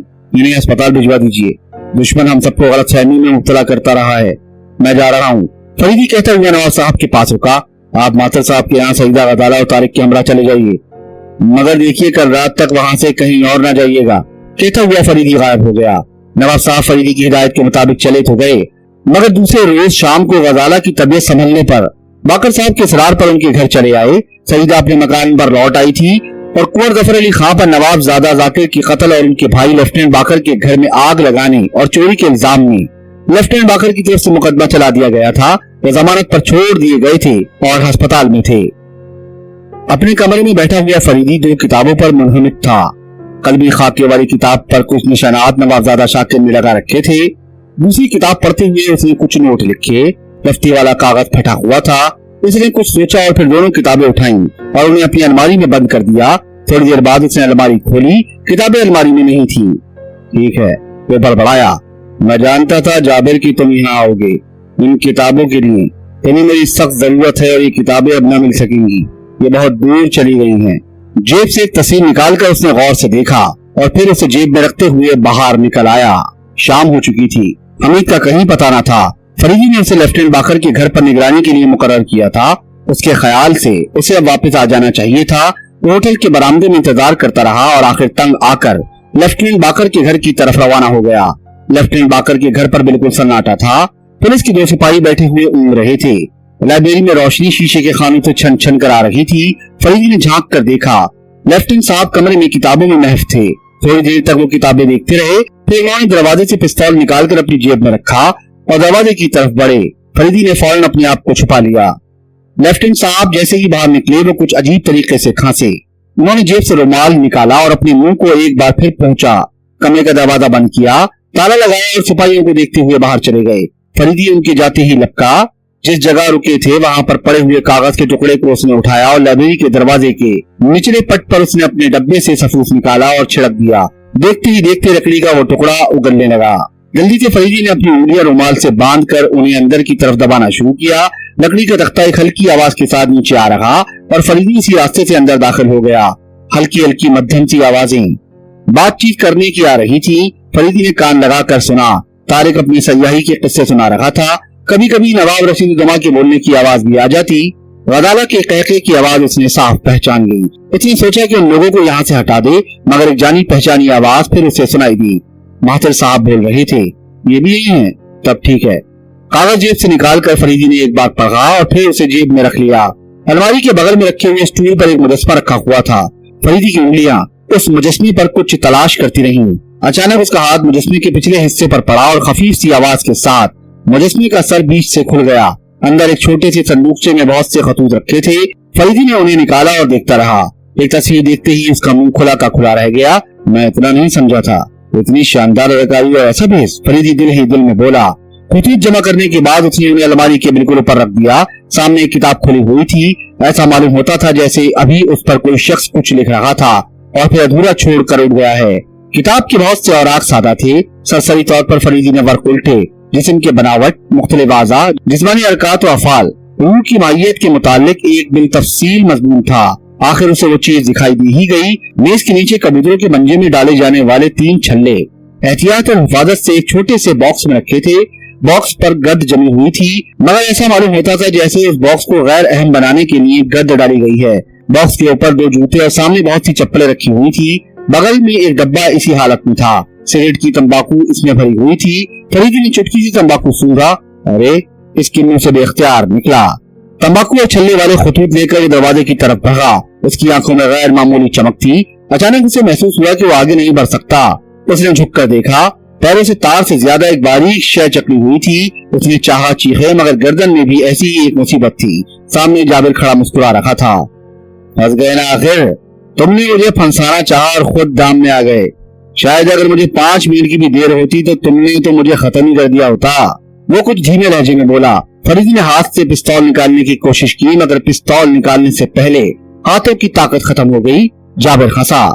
ये अनाड़ी पंच हो, मैं इतना गधा नहीं हूं कि तुम्हें पिस्तौल निकालने का भी मौका दूं। ये तार देखो, बड़ी मेहनत से तैयार किए हैं मैंने। इनके जरिए इंसानी जिस्म की ताकत सल्ब हो जाती है। तुम देख सकते हो, सोच सकते हो, मगर ना बोल सकते हो और ना हरकत कर सकते हो। इस तार का नुस्खा जर्मनी में डॉक्टर वॉन लीच से हासिल किया गया था। वो भूलता रहा। गुस्से से उसकी भवें तन गई थी। उसने अपनी नाक उठाई और अपना मुंह फरीदी के बिल्कुल सामने ले आया। फरीदी की आंखें खौफ से बंद हो गईं। मुंह के अंदर उसने एक थैली लटका रखी थी। फरीदी बेटे, वो चमकारता हुआ बोला, 2-4 से भिड़ गए और अपनी को 30 मार तस्वीर कर लिया। ये थैली देखते हो, मैं इसे निकाल लूं तो मेरी आवाज सुनते ही तुम बेहोश हो जाओ। इसमें गोली छोड़ो, आवाज करख्त होगी। 2 औसत, 3 नरम, 4 करख्त जरानी, 5 सुरीली जनानी आवाज, समझे? मगर देखो, तुम बेहोश होने का इरादा कर रहे हो, ये बड़ी बुरी बात है। खैर ये बताओ, किताबें मुझे दोगे या कुत्ते की मौत मरना चाहते हो? बोलो। अच्छा लो, मैं तुम्हें तुम्हारे एक हाथ की ताकत वापस देता हूँ। जाबिर ने एक हाथ का तार निकाल लेने से पहले पिस्तौल और खतूत अपने पास रख लिए और फिर फरीदी की तरफ मुखातिब हुआ। इशारे से बता दो किताबें दोगे या नहीं। फरीदी ने इशारे से उसे अपने पास बुलाया। बिल्कुल घामर समझते हो मैं तुम्हारे पास आऊं? तुम मार ही दो, कौन जाने जिद्दी तो हो। किताब दोगे? फरीदी ने इनकार किया। 3 बार उसने पूछा और फरीदी इनकार ही करता रहा। खैर तुम ढेर आदमी हो और हिंदुस्तान में ऐसे आदमियों की कमी है, इसलिए मैं मारना नहीं चाहता। क्या फायदा, बता दो। अच्छा चलो, मैं तुम्हें जाबिर की एक हमशक्ल की लाश दूंगा, शायद चीफ कमिश्नर बना दिए जाओ, इसलिए कि तुम्हारी हुकूमत की कुछ तिजारती दस्तावेज मेरे पास हैं। बड़ा नाम होगा तुम्हारा, मैं वादा करता हूँ कि फिर हिंदुस्तान नहीं आऊंगा। अब देते हो? फरीदी ने फिर इनकार किया। देखो जिद ना करो, तुम मुझसे बहुत पीछे हो, मैं हजारों साल जिंदा रहने का तजुर्बा कर रहा हूँ। इस किताब से मुझे बड़ी मदद मिलेगी। इंसानी खून की जितनी मुझे जरूरत थी वो मुझे मिल चुका है। मुझे बता दो, मैं तुम्हारा एतबार करता हूँ, मैं तुम्हें छोड़ दूंगा। मेरे पास वक्त नहीं है, अभी इसी कमरे में पहले तारिक आएगा, फिर तुम्हारे दोस्त माथुर आएंगे, फिर जज सिद्दीक अहमद आएंगे, फिर नवाब रशीद जमा आएंगे, और वो हसीन छोकरी गजल आएगी, और तुम्हारे हमीर आएंगे। उस छोकरे को अच्छी तरबियत दे रहे हो। खैर अगर किताब न दोगे तो ये सब मर जाएंगे। फरीदी ने फिर इनकार किया। तब तुम एक बेवकूफ आदमी हो, और बेवकूफ के लिए यही जगह हो सकती है। जाबिर ने एक ठोकर मारी और लाइब्रेरी के बीच का हिस्सा फटा और फरीदी अंदर धंसता चला गया। उसने तख्ता रखा और कालीन बिछा दिया। कमरे में बेहोशी की गैस भर रही थी। फरीदी की आंख खुली तो उसने अपने आप को एक अलमारी नुमा खाने में बंद पाया। उसके हाथ और पैरों में कुव्वत लौट आई थी। वो बोल भी सकता था, लेकिन उसके मुंह पर पट्टी बांध दी गई थी और सारा बदन रस्सी से जकड़ दिया गया था। कमरे का अजीब हीला था। चारों तरफ इंसारी पंजर रखे हुए थे। बड़े बड़े मर्तबानों में अजीब और गरीब तरह की चीजें भरी हुई थी। कमरे में सीलें और बू थी। सामने लगे हुए चार्ट पर नंबर पड़े हुए थे। उसके ऊपर जर्मन जुबान में लिखा हुआ था। जाबिर कभी भी बिला वजह किसी को दावत नहीं देता। अब तक इस चार्ट पर जितने के नाम लिखे गए हैं वो सब उसके मेहमान रह चुके हैं और उनसे वो बहुत कुछ हासिल भी कर चुका है। अलमारी के बिल्कुल सामने ही वो चार्ट था। चार्ट के नीचे अजीब और गरीब शक्लें बनी हुई थी। दीवारें बहुत बोसीदा मालूम होती थी। पूरा माहौल भयानक था। जाबिर अपने कमरे में बैठा हुआ था। कमरा चारों तरफ से बंद था। लैंप की मध्यम रोशनी में वो अपनी मेज के सामने पड़ी 3 नंगी लाशों को गौर से देख रहा था। उसने अपना चेहरा छुपा रखा था, मगर उसकी खौफनाक छोटी छोटी आंखें चमक रही थी। वो अपनी कुर्सी से उठा और लाशों पर झुककर गौर से देखने लगा। मेज पर से एक आला उठाने के बाद उसने लाश के सीने का मुआयना शुरू किया। अभी इसका ये सिलसिला जारी था कि एक धमाके के साथ एक चौथी लाश उसके कमरे में गिरी। मुझे तुम्हारा ही इंतजार था, वो बड़बड़ाया और उसके कपड़े उतार कर उसने उसे भी बिल्कुल नंगा कर दिया और उन तीनों के बगल में उसको लिटा दिया। फिर कमरे में लगे हुए एक बड़े से चार्ट पर उसने लिखा नंबर 4 और कुर्सी पर बैठकर दराज में से कुछ कागजात निकाल कर उसे देखने लगा कि एक दूसरा धमाका हुआ और अब 5वीं लाश उस कमरे में पड़ी थी। ये लाश एक खूबसूरत सी नौजवान औरत की थी। वो कुछ चौंक सा पड़ा। आखिर तुम भी आ गई, अच्छा हुआ। वो फिर कुछ बड़बड़ाया और एक बड़ी सी अलमारी के पास जाकर रुक गया। उसकी आंखों की चमक तेज हो गई थी और फिर वो कमरे में टहलने लगा।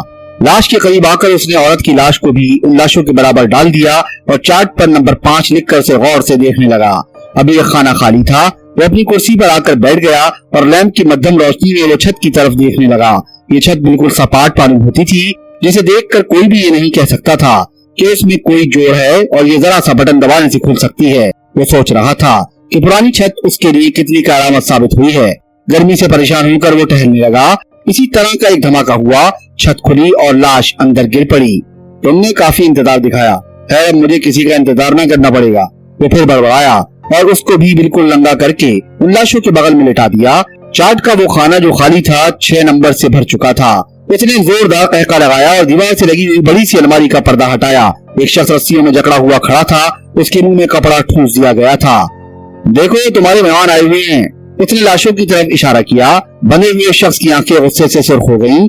उसने रस्सियों से आजाद हो जाने के लिए भरपूर ताकत से अपने बाजुओं को हिलाया, लेकिन रस्सी टस से मस न हुई। क्यों? वो शख्स जोर से हंसा। मेरा नाम जानते हो? मेरे कामों में रखना डालने का नतीजा तुम्हारे सामने है। मैंने तुमसे कई बार कहा कि तुम मेरे रास्ते से हट जाओ, लेकिन तुम जानते नहीं। खैर ये देखो, इन्हें पहचानो, गजाला। उसने लाशों की तरफ इशारा किया। और ये है मिस्टर हमीद, इनसे मिलकर तुमको जरूर खुशी हुई होगी। और ये बेचारे जज साहब हैं, नवाब रशीद जमाल से तो मिल लो। उसने बने हुए शख्स का शाना हिलाया और वो देखो, माथुर साहब बेचारे के चेहरे पर रोशनी जरा कम पड़ रही है। मालूम होता है कि उन्होंने मुल्जिमों पर बहुत जुल्म किए हैं। क्यों, क्या ख्याल है तुम्हारा? उसने फिर छेड़ा। शायद तुम्हें मेहमानों से मिलकर खुशी न हुई हो, वो बोला और फिर सबसे आखिरी लाश पर जा खड़ा हो गया। इधर देखो सरकार, ये आपके खास कदरदानों में से हैं, मिस्टर तारिक, लेकिन इनका नेवला इस वक्त इनके कंधे पर नहीं है। ये कहकर फिर उसने अलमारी पर पर्दा डाल दिया और हमीद की लाश उठाकर कमरे के बाहर चला गया। थोड़ी देर बाद वो अपने हाथ में सफेद सी शीशी लिए हुए वापस आया और शीशी में से थोड़ा सा सफूफ निकालकर उसने तारिक की नाक में डाल दिया और कमरे में टहलने लगा। उसने कमरे की रोशनी कम कर दी और तारिक की लाश पर झुक गया। थोड़ी देर बाद लाश को एक छींक आई। वो जल्दी से हट गया और जेब से एक दूसरी शीशी निकालकर उसको सुंघाया। तारिक के जिस्म में हरकत पैदा हो चुकी थी। मैं कहाँ हूँ? तारिक कमरे के चारों तरफ देखते हुए बोला, और जब उसकी नजर अपने बरहना जिस्म पर पड़ी तो वो भौंकड़ा कर खड़ा हो गया। डरो नहीं, उसने तारिक के शाने पर हाथ रखा। लेकिन तुम हो कौन? और मेरे कपड़े? तारिक ने हकलाए हुए पूछा।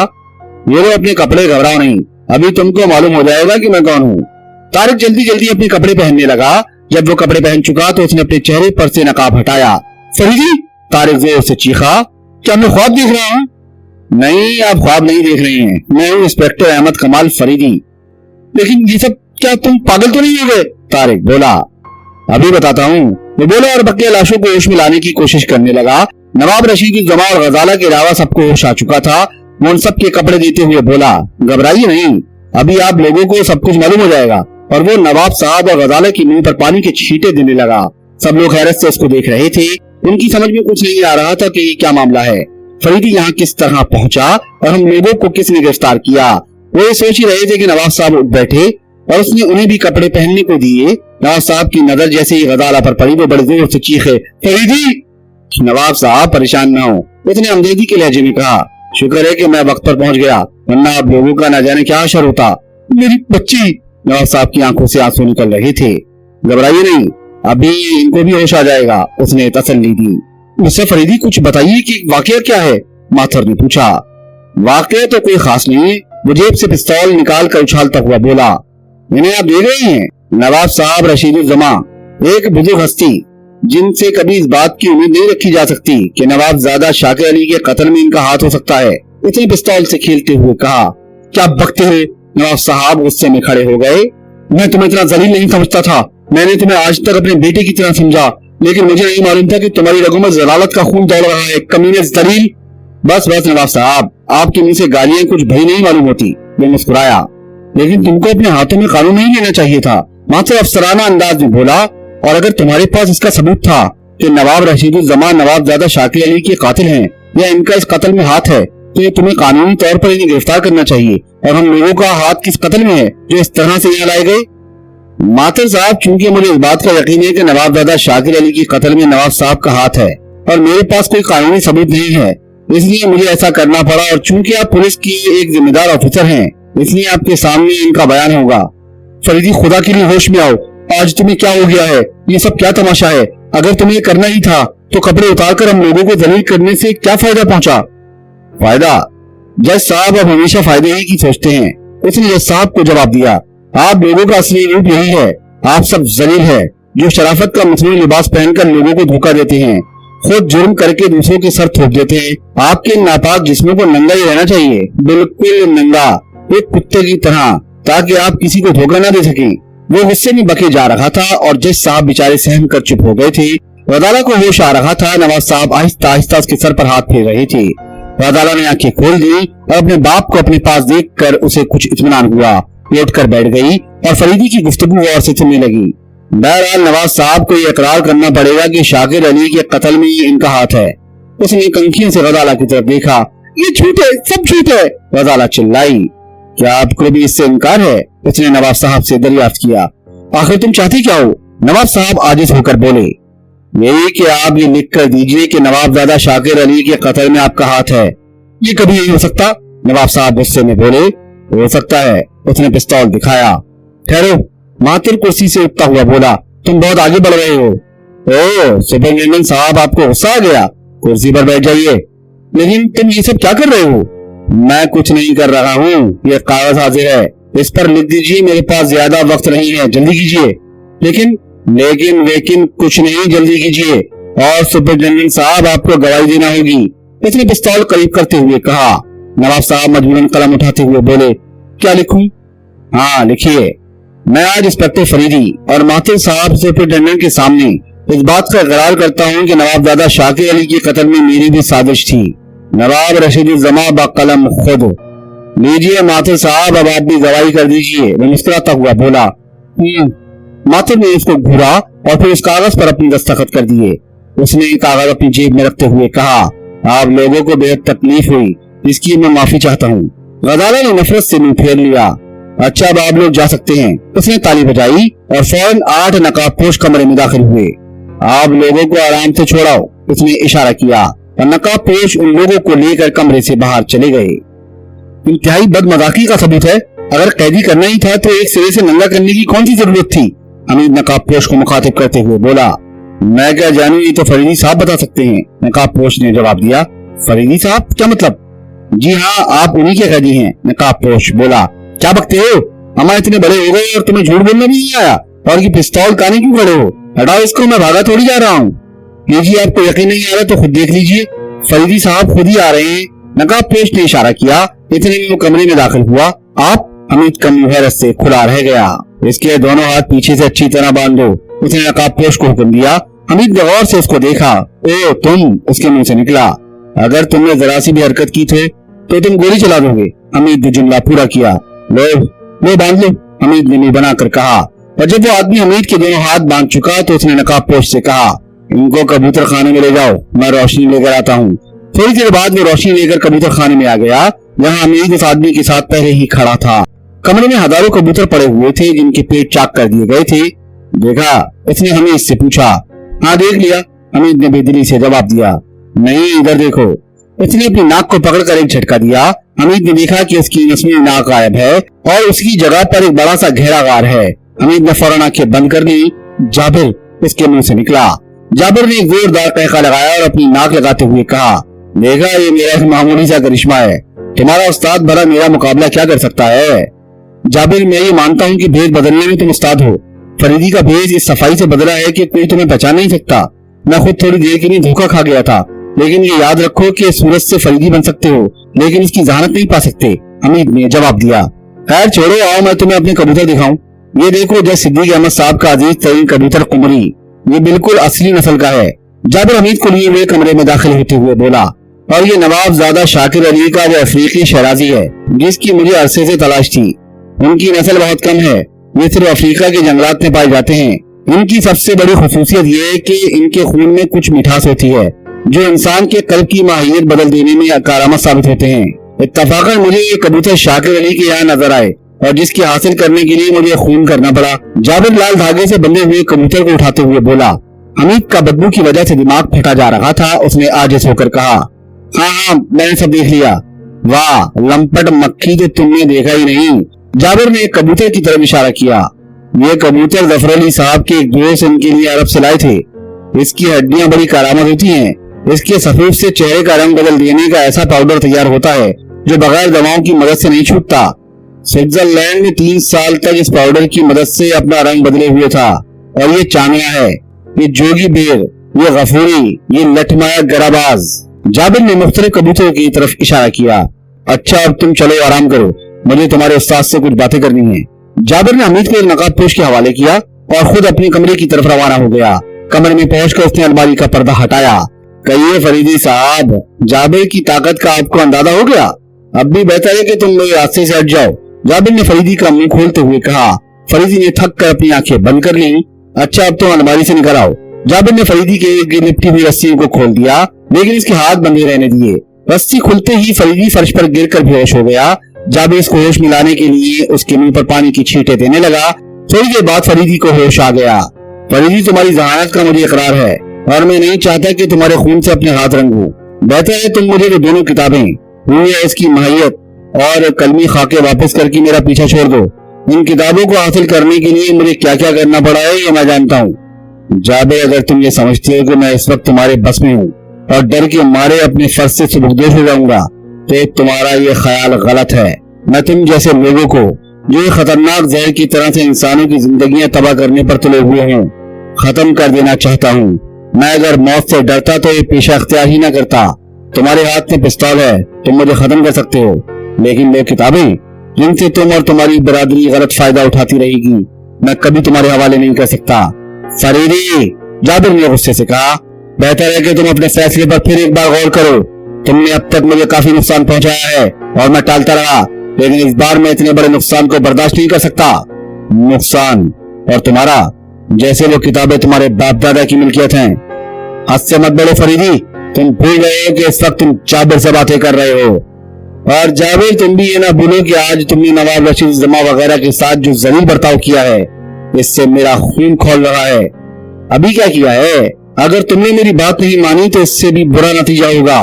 खैर इस वक्त रात के 11 बजे हैं। मैं कल रात 11 बजे तक तुमको मौका देता हूँ, क्योंकि कल रात मुझे सेठ चुन्नीलाल की लड़की के गले से हीरे का हार और हम राइन एंड सन्स की तिजोरी से सिर्फ 50,000 लेने हैं।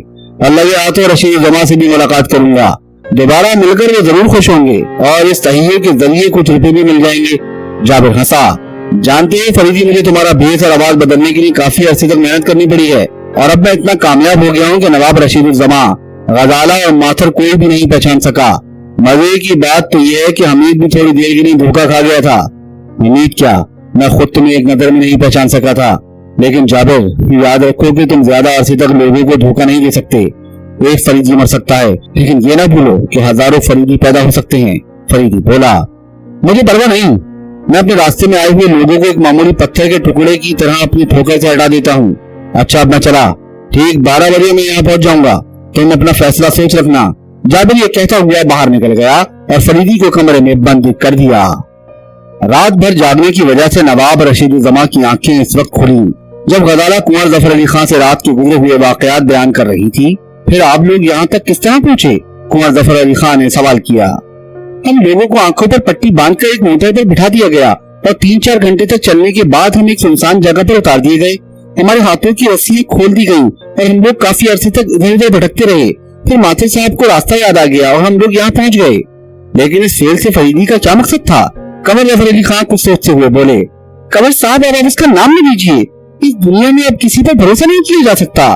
गजाला गमगीन आवाज में बोली, क्या ये मुमकिन नहीं कि तुम लोगों ने धोखा खाया हो और फरीदी के बजाय वो कोई दूसरा शख्स रहा हो?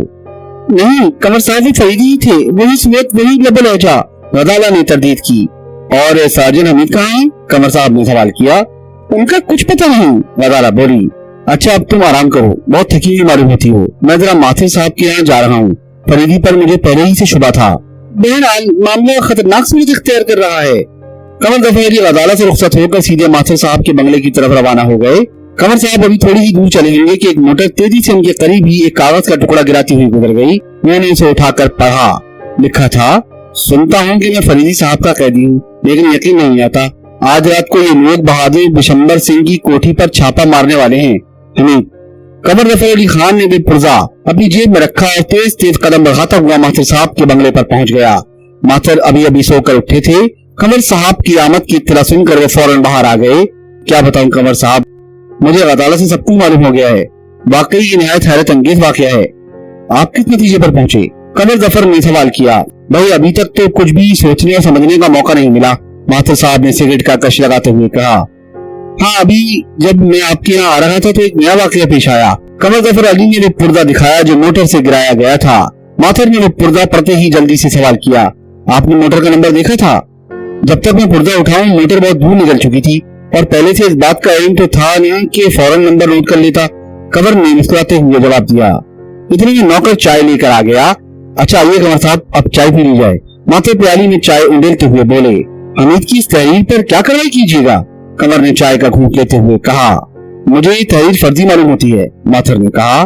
बहरहाल आप जैसा मुनासिब समझिए, लेकिन नवाब साहब की इस तहरीर के मुताल्लिक क्या होगा जिसे फरीदी ने जबरदस्ती लिखवाया है और इस पर आपकी भी दस्तखत हैं। हाँ, ये मामला कानूनी तौर पर जरा अहम है। मैं आदमी इंस्पेक्टर जनरल को फोन करके तमाम वाकयात उनसे बयान करता हूँ। जरा तकलीफ करके नवाब साहब और मिस्टर तारिक से कह दीजिए कि वे मुझसे दफ्तर में जरूर मिल लें। अच्छी बात है, तो अब मुझे इजाजत दीजिए। जरा नवाब साहब का ख्याल रखिए, गजाला बेहद परेशान है। हाँ, मैं अपनी पूरी कोशिश करूंगा, ज्यादा घबराने की जरूरत नहीं है, माथर ने तसल्ली दी। कंवर जफर वहाँ से रुखसत होकर सीधा घर पहुंचे। नवाब रशीद जमा और तारिक को माथर साहब के यहाँ भेजकर वे सईदा और गजाला की बातें सुनने लगा। मुझे सख्त ताज्जुब है कि फरीदी ने कंवर साहब को कैसे छोड़ दिया, क्योंकि जफर साहब उनके खिलाफ रहते हैं और एक मरतबा वे उनको पिस्तौल का निशाना भी बनाने जा रहे थे। मुझे खुद इस बात से हैरत है, कंवर जफर बोले। खैर होगा, तुम लोग बातें करो, मैं खाना खाने जा रहा हूँ, बहुत भूख लग रही है। कंवर खाना खाकर काफी देर तक किताब पढ़ते रहे और किताब पढ़ते पढ़ते सो गए। उसकी आंख उस वक्त खुली जब रेहाना उन्हें जगा रही थी। शाम हो चुकी थी। वो जल्दी से उठे और मुंह हाथ धोकर बरामदे में निकल आए। नवाब रशीद जमा और तारिक बैठे हुए बातें कर रहे थे। कहिए माथर साहब ने क्या कहा? कंवर जफर ने सवाल किया। कुछ नहीं, वो इस वक्त मशगूल थे, حمید کے اس خط پر جو تم کو ملا تھا انہوں نے احتیاطاً وہاں پولیس تعینات کر دی ہے اور اس سلسلے میں انہوں نے ضروری احکامات صادر کر دیے. آج رات کو وہ خود یہاں آئیں گے. اس وقت مفصل باتیں ہوئی. نواب رشید الزماں، طارق اور قمر صاحب نے کافی دیر تک اسی موضوع پر گفتگو ہوتی رہی کہ کھانے کا وقت آ گیا. نواب صاحب اور طارق کھانا کھانے چلے گئے. قمر کو بھوک بھی نہیں تھی، اس لیے انہوں نے کھانے سے انکار کر دیا اور وہ سعیدہ سے ادھر ادھر کی باتیں کرنے لگے. کھانے سے فراغت پانے کے بعد وہ لوگ پھر آ کر دالان میں بیٹھ گئے. ابھی تک ماتر صاحب نہیں آئے؟ نواب رشید الزماں صاحب بولے. ہاں، ان سے یہ ضرور کہہ دیجیے گا کہ وہ پولیس یہاں تعینات کر دیں کیونکہ غزالہ بہت خوفزدہ ہے. سعیدہ نے نواب صاحب سے کہا. اتنے میں کچھ آہٹ سنائی دی. طارق نے کہا، لو شاید ماتر صاحب آ گئے. سب کی نظریں اٹھ گئیں لیکن وہاں کوئی بھی نہیں تھا. یک ٹارچ کی 4-5 تیز روشنیاں ان کے چہرے پر پڑنے لگیں جس سے سب کی آنکھیں چندھی آ گئیں. دوسرے لمحے روشنی بجھ چکی تھی اور ایک آدمی سیاہ نقاب ڈالے پستول لیے ہوئے کھڑا تھا. پیچھے 3 نقاب پوش اور کھڑے تھے. سعیدہ کے منہ سے چیخ نکل گئی. قمر، ظفر علی اور نواز صاحب چلانا ہی چاہتے تھے کہ اس نے پستول سامنے کرتے ہوئے کہا، مجھے راہیل ڈاکو کہتے ہیں. نقاب پوش بولا، لیکن نواز صاحب مجھے آپ کے ساتھ ہمدردی ہے اور ہمدردی صرف اس لیے ہے کہ اس میں میرا فائدہ ہے. میں نے آپ کی وہ تحریر حاصل کر لی ہے جسے آپ فریدی کو لکھ کر دے آئے تھے. اس نے نواب کی تحریر جیب سے نکالتے ہوئے دکھایا. نواب صاحب نے ہاتھ بڑھایا. ٹھہریے، وہ بولا، اس تحریر کے لیے آپ کو صرف 15,000 روپے دینے پڑیں گے. جلدی کیجیے. لیکن کچھ نہیں، اگر آپ کے پاس روپے نہ ہوں تو اپنی ہیرے کی انگوٹھی اتاریے بہت جلد. میرے پاس وقت نہیں، میں زبان کا پکا ہوں. انگوٹھی ملتے ہی یہ تحریر آپ کو مل جائے گی. نواب صاحب نے مجبوراً اپنی انگوٹھی اتار کر اس کے حوالے کر دی. یہ لیجیے اپنی تحریر. کاغذ نواز صاحب کی طرف پھینکا اور پستول دکھاتا ہوا پیچھے ہٹنے لگا. کچھ فاصلے پر پہنچ کر اس نے کوئی چیز ان لوگوں کی طرف فرش پر پھینکی جس کے گرنے سے سب لوگوں کی آنکھوں میں دھواں بھر گیا اور پانی بہنا شروع ہوا. تھوڑی دیر بعد جب گیس کا اثر زائل ہو گیا تو قمر صاحب بولے، معاملہ سر سے اونچا ہوتا جا رہا ہے. ہاں، یہ سب پولیس کی غفلت کا نتیجہ ہے. طارق نے تائید میں کہا. بھائی، میری تو سمجھ میں کچھ نہیں آ رہا. اس ضعیفی کے عالم میں سب مجھے ہی نشانہ بنانے پر تلے ہوئے ہیں. آخر میں نے ان لوگوں کا کیا بگاڑا ہے؟ نواب رشید الزماں نے روندے ہوئے لہجے میں کہا. غزالہ خاموش بیٹھی ہوئی تھی. اس کے سوچنے کی طاقت جواب دے چکی تھی. وہ فریدی جس کے لیے اس نے اپنی جان تک کی پرواہ نہیں کی تھی، اس نے کیسا برا سلوک کیا ہے کہ دوسرے سے کیا امید رکھی جا سکتی ہے. بیٹی، زیادہ پریشان ہونے کی ضرورت نہیں. اب میں نواز صاحب کو یہی رائے دوں گا کہ وہ جلد سے جلد واپس لوٹ چلیں. طارق نے غزالہ کو تسلی دی. ابھی یہ باتیں ہو ہی رہی تھی کہ فریدی ہانپتا ہوا آتا دکھائی دیا. اس کے کپڑے مٹی سے بھرے ہوئے تھے اور منہ پر جا بجا خراشیں پڑی ہوئی تھی. قمر، ظفر علی فریدی کو دیکھتے ہی اس کی طرف غصے سے بڑھے. نواب رشید الزماں اور طارق بھی کھڑے ہو گئے. ٹھہریے، فریدی بولا، آپ لوگوں کو بہت زبردست دھوکہ دیا گیا ہے. دھوکہ؟ بے ایمان کہیں گے؟ قمر، ظفر علی نے بڑھ کر فریدی کا گریبان پکڑا. میں کہتا ہوں کہ خدا کے لیے میری بات سن لیجیے، صرف 2 منٹ کے لیے، ورنہ دشمن ہاتھ سے نکل جائے گا. اگر مجھے آپ لوگوں کو دھوکہ دینا ہوتا تو میں خالی ہاتھ یہاں کبھی نہ آتا. وہ جابر تھا جس نے میرے بھیس میں آپ لوگوں کو گرفتار کیا، وہ یہاں بھی آنے والا ہے. آپ کی تحریر دکھا کر آپ لوگوں کو بلیک میل کرے گا. میں خود اس کی قید میں تھا، بڑی مشکلوں سے چھٹکارا حاصل کیا. یہ دیکھیے میرے ہاتھ جل گئے ہیں. فریدی ایک ہی سانس میں سب کہہ گیا اور اس نے اپنے ہاتھ دکھائے جو بری طرح جل گئے تھے. کمر کی گیس ڈھیلی ہو گئی اور وہ فریدی کو چھوڑ کر کرسی پر بیٹھ گیا. نواب رشید الزماں اور طارق بھی غور سے اسے دیکھنے لگے. نہیں بیٹا، واقعی ہم لوگوں کو بہت زبردست دھوکہ دیا گیا ہے. مجھے خود حیرت تھی کہ تم کیا کر رہے ہو، بس پہچان نہیں سکے.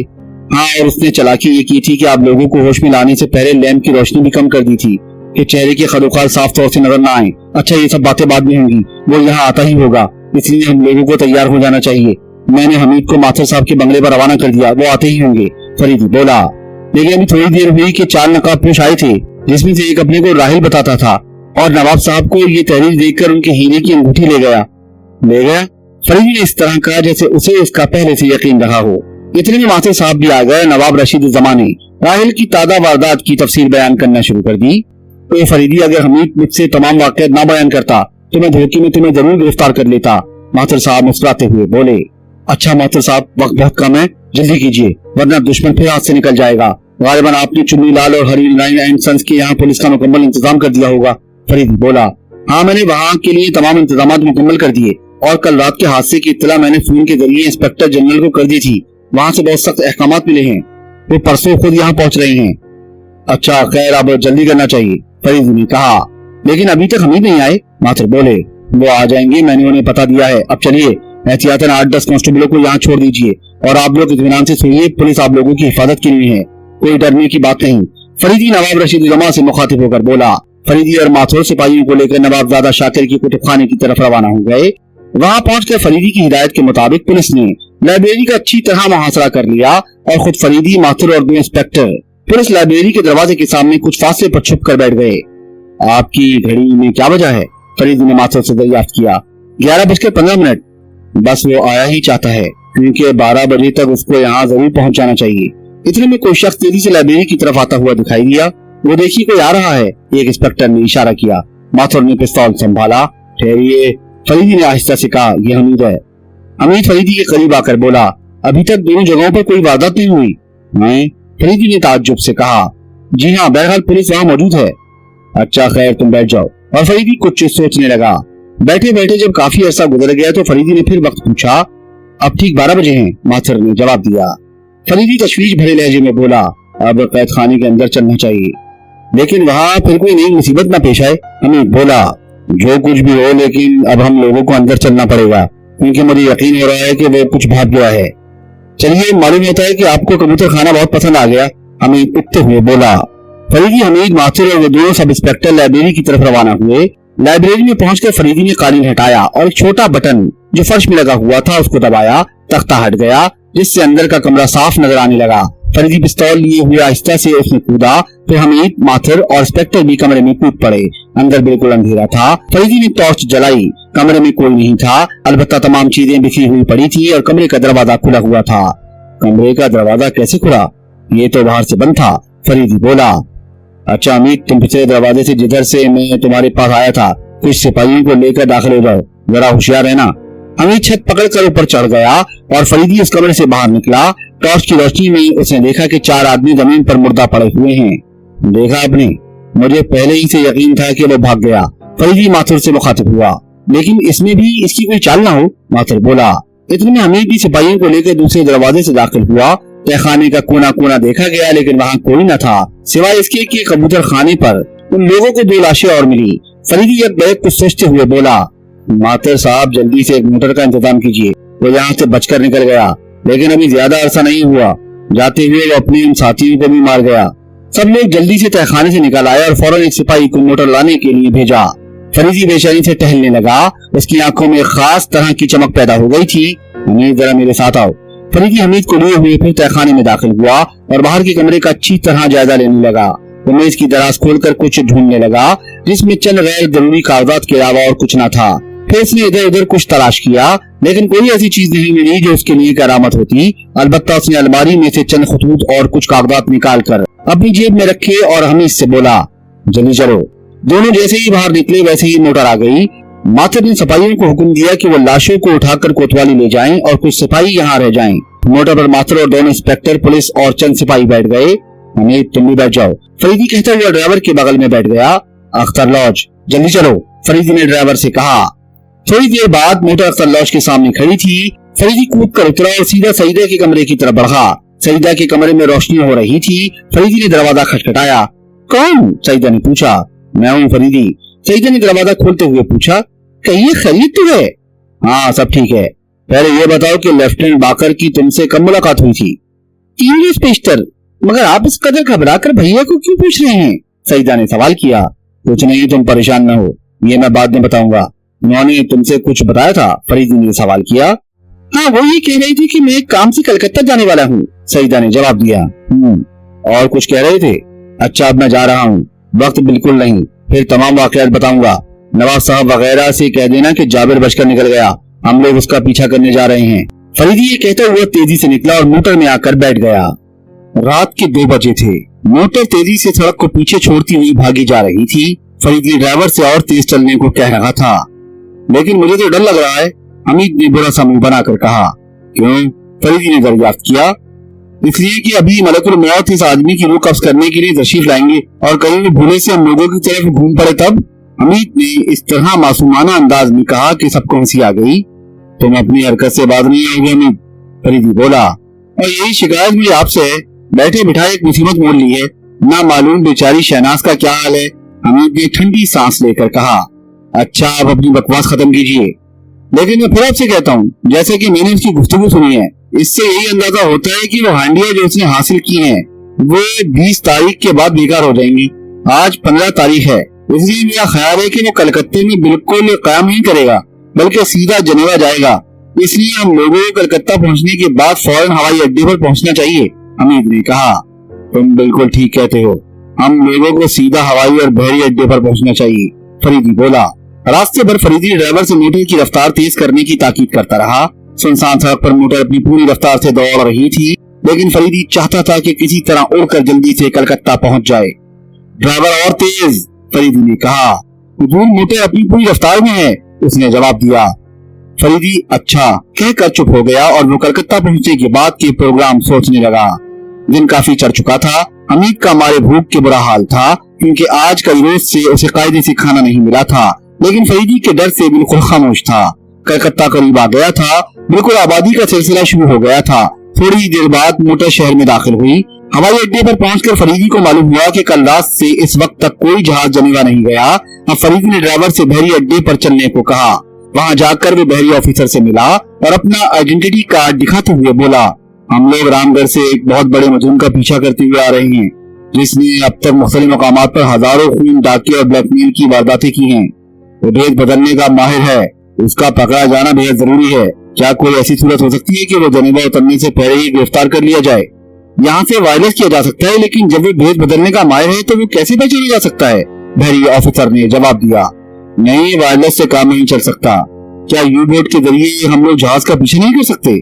لیکن یو بوٹ کے لیے آپ کو انسپیکٹر جنرل پولیس اور commandant chief officer of eastern command سے اجازت لانی ہوگی، بحری آفیسر نے کہا۔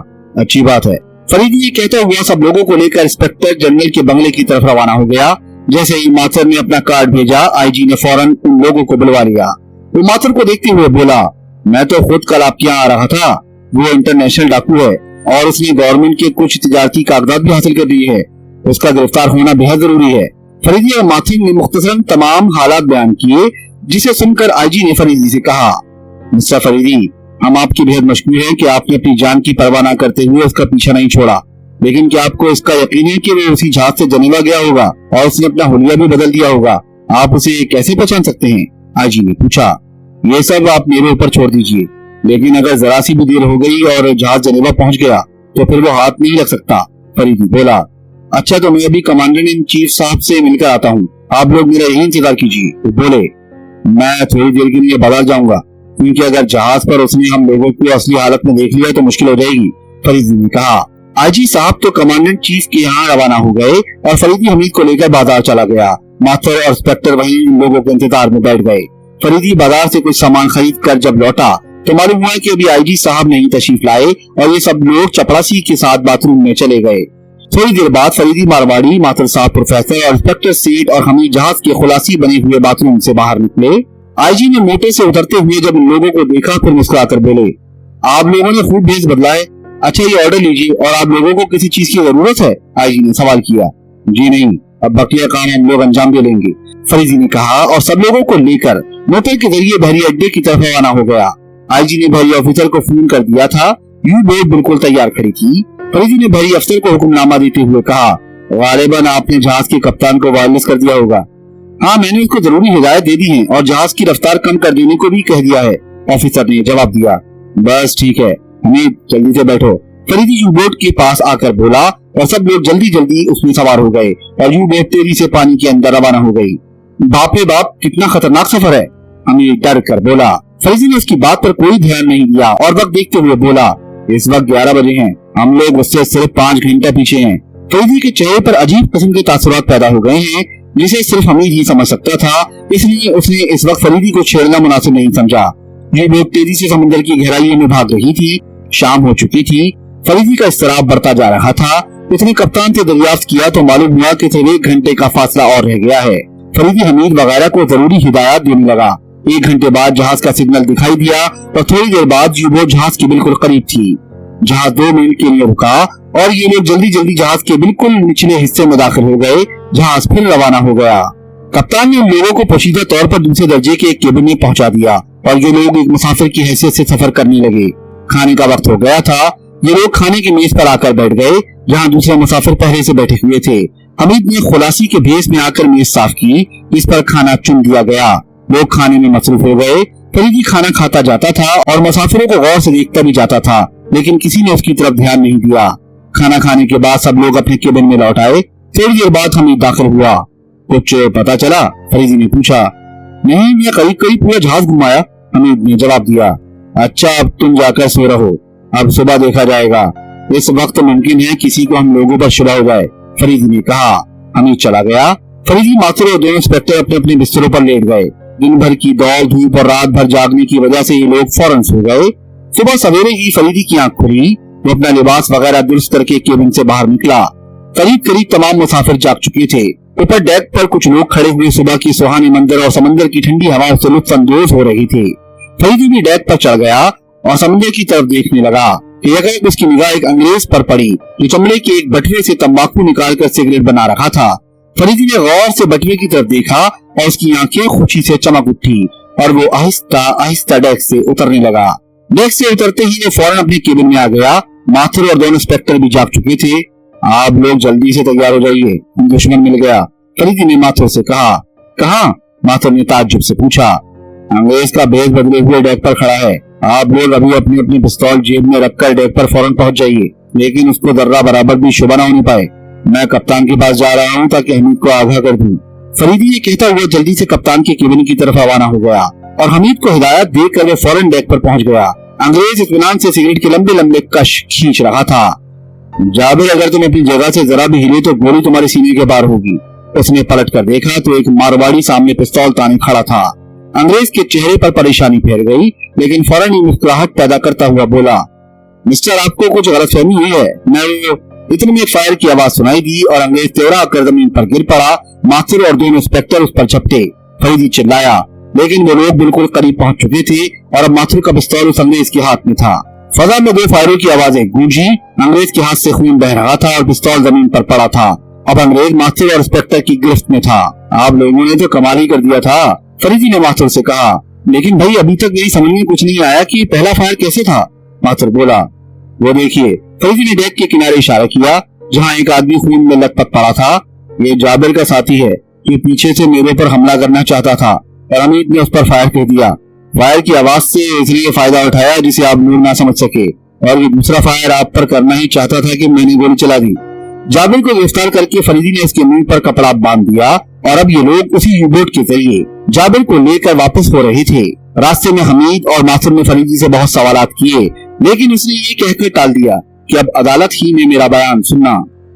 नवाबजादा शाकिर के कत्ल, शहर में आतिशज़दगी, खून, सरकारी तिजारती तमसीकात की चोरी और दूसरे दीगर इल्जामात के सिलसिले में जाबिर का मुकदमा आज अदालत में पेश होने वाला था।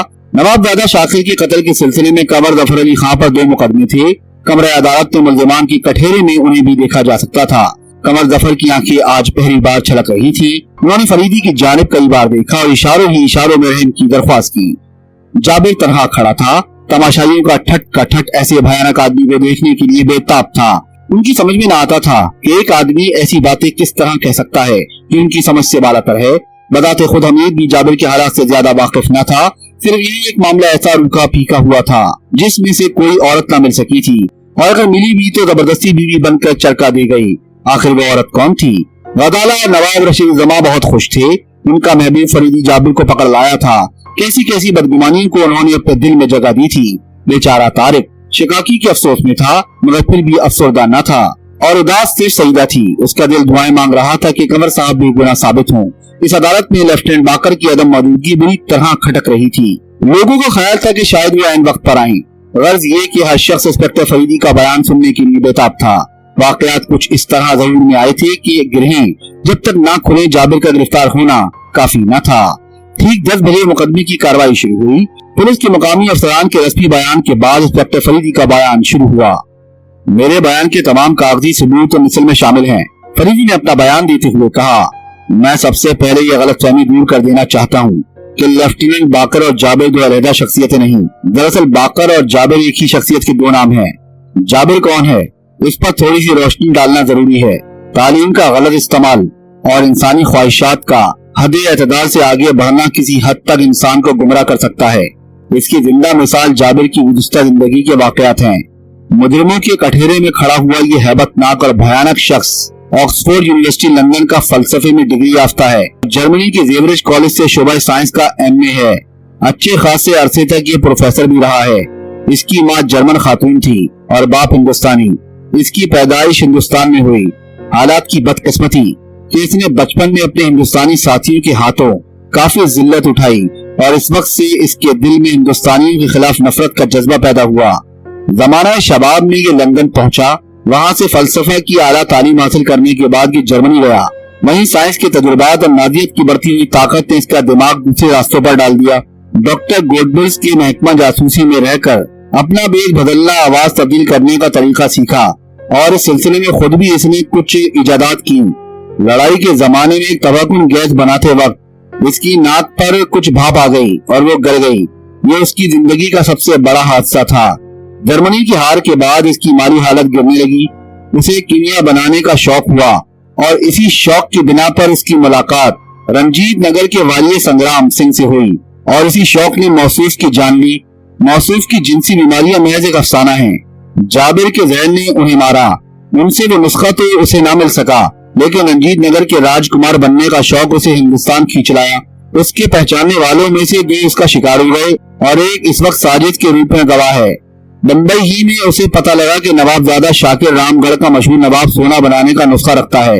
اس کے پاس کچھ ایسی کتابیں ہیں جن کے بتائے ہوئے اصولوں پر عمل کر کے انسان ہزارہ سال تک زندہ رہ سکتا ہے۔ جابر نے نوابزادہ شاکر سے خط و خطابت کی، مگر اس میں اسے ناکامیابی ہوئی۔ وہ رام گڑھ آیا۔ نوابزادہ شاکر کے شریک کار قمر ظفر علی خان بھی تھے۔ سونا تیار ہو جانے کے بعد نوابزادہ شاکر نے قمر صاحب کو حصہ دینے سے انکار کیا۔ اپنی ایک کتاب پر قمر صاحب نے نوابزادے کو دھمکی دی کہ اگر انہوں نے اس کا حصہ نہ دیا تو وہ اسے جان سے مار ڈالیں گے، اور اس کے بعد رات میں وہ پھر نوابزادے سے ملے۔ انہوں نے اپنے حصے کا مطالبہ بھی کیا اور اپنی تحریر بھی واپس مانگی۔ جابر کے علم میں یہ باتیں تھیں۔ اس نے جج صدیق احمد کے بہترین خوبصورت شیرازی پاموس کبوتر کے جوڑے میں سے ایک کبوتر چرا کر اور اسے زہریلا چھلا پہنا کر نوابزادہ کے برآمدے میں چھوڑ دیا۔ نوابزادہ کبوتروں کے رسیا تھے، مگر وہ کبوتر اٹھاتے ہی چھلا منہ سے لگا اور زہر سرائیت کرنے لگا۔ ٹھیک اسی وقت قمر ظفر علی خان ان کے پاس آئے۔ نوابزادہ کو مردہ دیکھ کر ان کے رونگٹے کھڑے ہو گئے۔ انہوں نے اپنی تحریر پھاڑی اور بھاگ گئے۔ جابر کا آدمی ان کی اس حالت کی تصویر حاصل کر چکا تھا۔ غالباً لیفٹیننٹ باقر کی طرف سے دائر کردہ مقدمے میں ان کے خلاف یہی ثبوت پیش کیا جاتا۔ قمر ظفر علی خان بے گناہ ہیں۔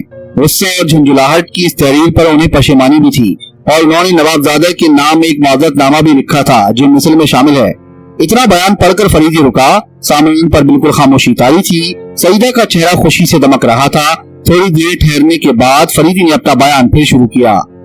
جابر نے ظفر نواب رشید زماں وغیرہ کو میرے خلاف کرنے اور میرے راستے میں روڑا اٹکانے کے لیے میرا بھیس بدل کر ان کے گھر پر ڈاکہ ڈالا اور ان کے گھر سے ان کی کتاب جو دراصل نوابزادہ شاکر کی ملکیت تھی لے اڑا۔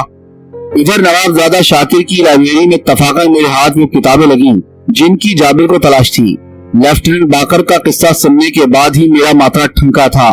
بمبئی کے مشہور سیٹوں کے یہاں جواہرات کی چوری کی اطلاع نامے بھی میرے پاس تھے۔ لائبریری ہی میں مجھے وہ پرچہ ملا جس میں نوابزادہ شاکر کے سوتیلے بھائی کے کچھ حالات تھے۔ لیفٹیننٹ باقر اور جابر کا ایک ہی دن ممبئی جانا مجھے اور کھٹکا۔ جابر کو یہ یقین ہو گیا تھا کہ میں اس کا پیچھا ضرور کروں گا۔ اس نے میرے رکنے کے تمام انتظامات کیے مگر وہ ناکام رہا، لیکن حالات نے ہمارا ساتھ نہ دیا۔ میں اتفاق کے ہاتھوں ریلوے کی انتظامی کارروائی یعنی ڈبہ کٹ جانے کی وجہ سے اس کا پیچھا نہ کر سکا اور حمید کو اس کی ایک پتنی نے چرکا دیا۔ بمبئی سے واپسی پر وہ شاکر کے سوتیلے بھائی کی مفصل حالات معلوم کر چکا تھا۔ ان کی ایک تصویر قدیم خاندانی حالات حاصل کر کے وہ یہاں آیا۔ فرضی ثبوت اور دلائل خاندان میں سعیدہ کے علاوہ اور کسی رشتہ دار کا عدم وجود اس کو کامیاب بنا گیا۔ اس نے اپنے آپ کو سچ مچ باقر ثابت کرنے کے لیے بڑے پاپڑ بیلے۔ افسران کی دعوتیں کر کے اس نے انہیں یہ بھی موقع نہ دیا کہ وہ اس کے بارے میں کچھ سوچ سکیں۔ سعیدہ کے نام جائیداد حبہ کر کے اس نے اس کا منہ بھی بند کر دیا۔ اپنے ساتھ لائے ہوئے ایک بیکار نوجوان کو اپنا لڑکا مشہور کر کے اور پھر خود اسے ہی سگریٹ میں زہر دے کر اور اس کی موت پر فرضی آنسو بہا کر اس نے سب کا دماغ معاف کر دیا۔ کسی شخص کا خیال بھی اس کی طرف نہ جا سکا، لیکن قمر ظفر علی خان اس سے بھی اور اس سے بھی دونوں سے مشکوک تھے۔ آگ لگنے سے پہلے وہ نوابزادہ شاکر کے مکان کے پچھلے حصے کی طرف گئے۔ کئی روز پیشتر انہوں نے کچھ لوگوں کو مشکوک حالتوں میں ادھر گھومتے دیکھا تھا۔ یہی قریب انہیں اس طرف لے گئی۔ اس وقت آگ لگی، وہ بھاگے۔ جابر کے آدمی نے گولی چلائی اور وہ زخمی ہو گئے۔ یہ غلط ہے کہ وہ پولیس کی گولی سے زخمی ہوئے۔ ہسپتال میں آپریشن کے بعد نکالی گئی گولی اس کا ثبوت ہے۔ मुझे इसी वक्त शुबह हुआ था और इसीलिए मैंने नवाब रशीद जमा वगैरह को माथिर साहब के घर जाने की हिदायत की थी। ये लोग गए मगर लौट आए। मुझे अपने होटल के कमरे में गुज़िश्ता रोज की आग और कत्ल के वाक़ये से यह अंदाजा हो गया था कि मेरे ऊपर भी हमला होगा। इस दरमियान में तारिक के जरिए मुझे इत्तला मिली कि लेफ्टिनेंट बाकर मुझसे तन्हाई में बातें करने का इरादा रखते हैं। मैंने एहतियातन वो किताबें जिनकी जाबिर को तलाश थी महफूज कर दी और खुद बाकर के घर की तरफ रवाना हो गया।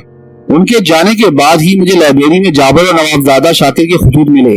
मुझे ऐसे कागजात भी मिले जिनकी बिना पर जाबिर बाकर बना फिरता था। मैंने इसकी वो किताब भी देखी थी जो वो इंसानी आज़ा की साख पर लिख रहा था। उसकी तहरीर की ताजगी ये बता रही थी कि अभी लिखा गया है। दूसरी तरफ मेरे जहन में जाबिर की तहरीर भी थी। चुनाचे मुझे यकीन हो गया कि जाबिर और बाकर एक ही शख्सियत के दो नाम हैं। जाबिर की उसी वक्त आमद और मुझे तहखाने में कैद करना और मेरे लिए यकीन का बाइस बन गया।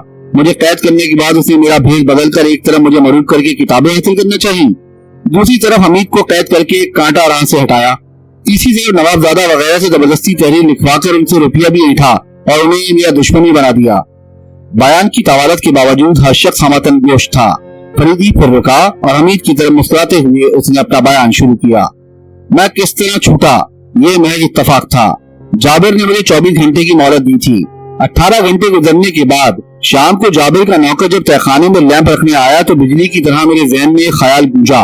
मैंने मुलाजिम के जाते ही अपने बंधे हुए हाथों से लैंप तोड़ डाला और लैंप की बत्ती की आग से अपने हाथों में बंधी हुई रस्सी को जलाता रहा।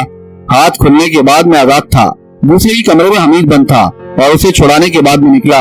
हमीद ने जाबिर की गुफ्तगू सुनी थी और उसका ख्याल था कि वो कलकत्ता जाएगा, इसलिए कि कुछ सरकारी तिजारती तमसिकात की हंडियां इसके हाथ लग गई थी जिन्हें वो जनेवा में बनाना चाहता था। सईदा के बयान ने उसकी तस्दीक कर दी और हमें कलकत्ता और फिर कलकत्ते से बहरी सफर के जरिए जाबिर को गिरफ्तार करना पड़ा।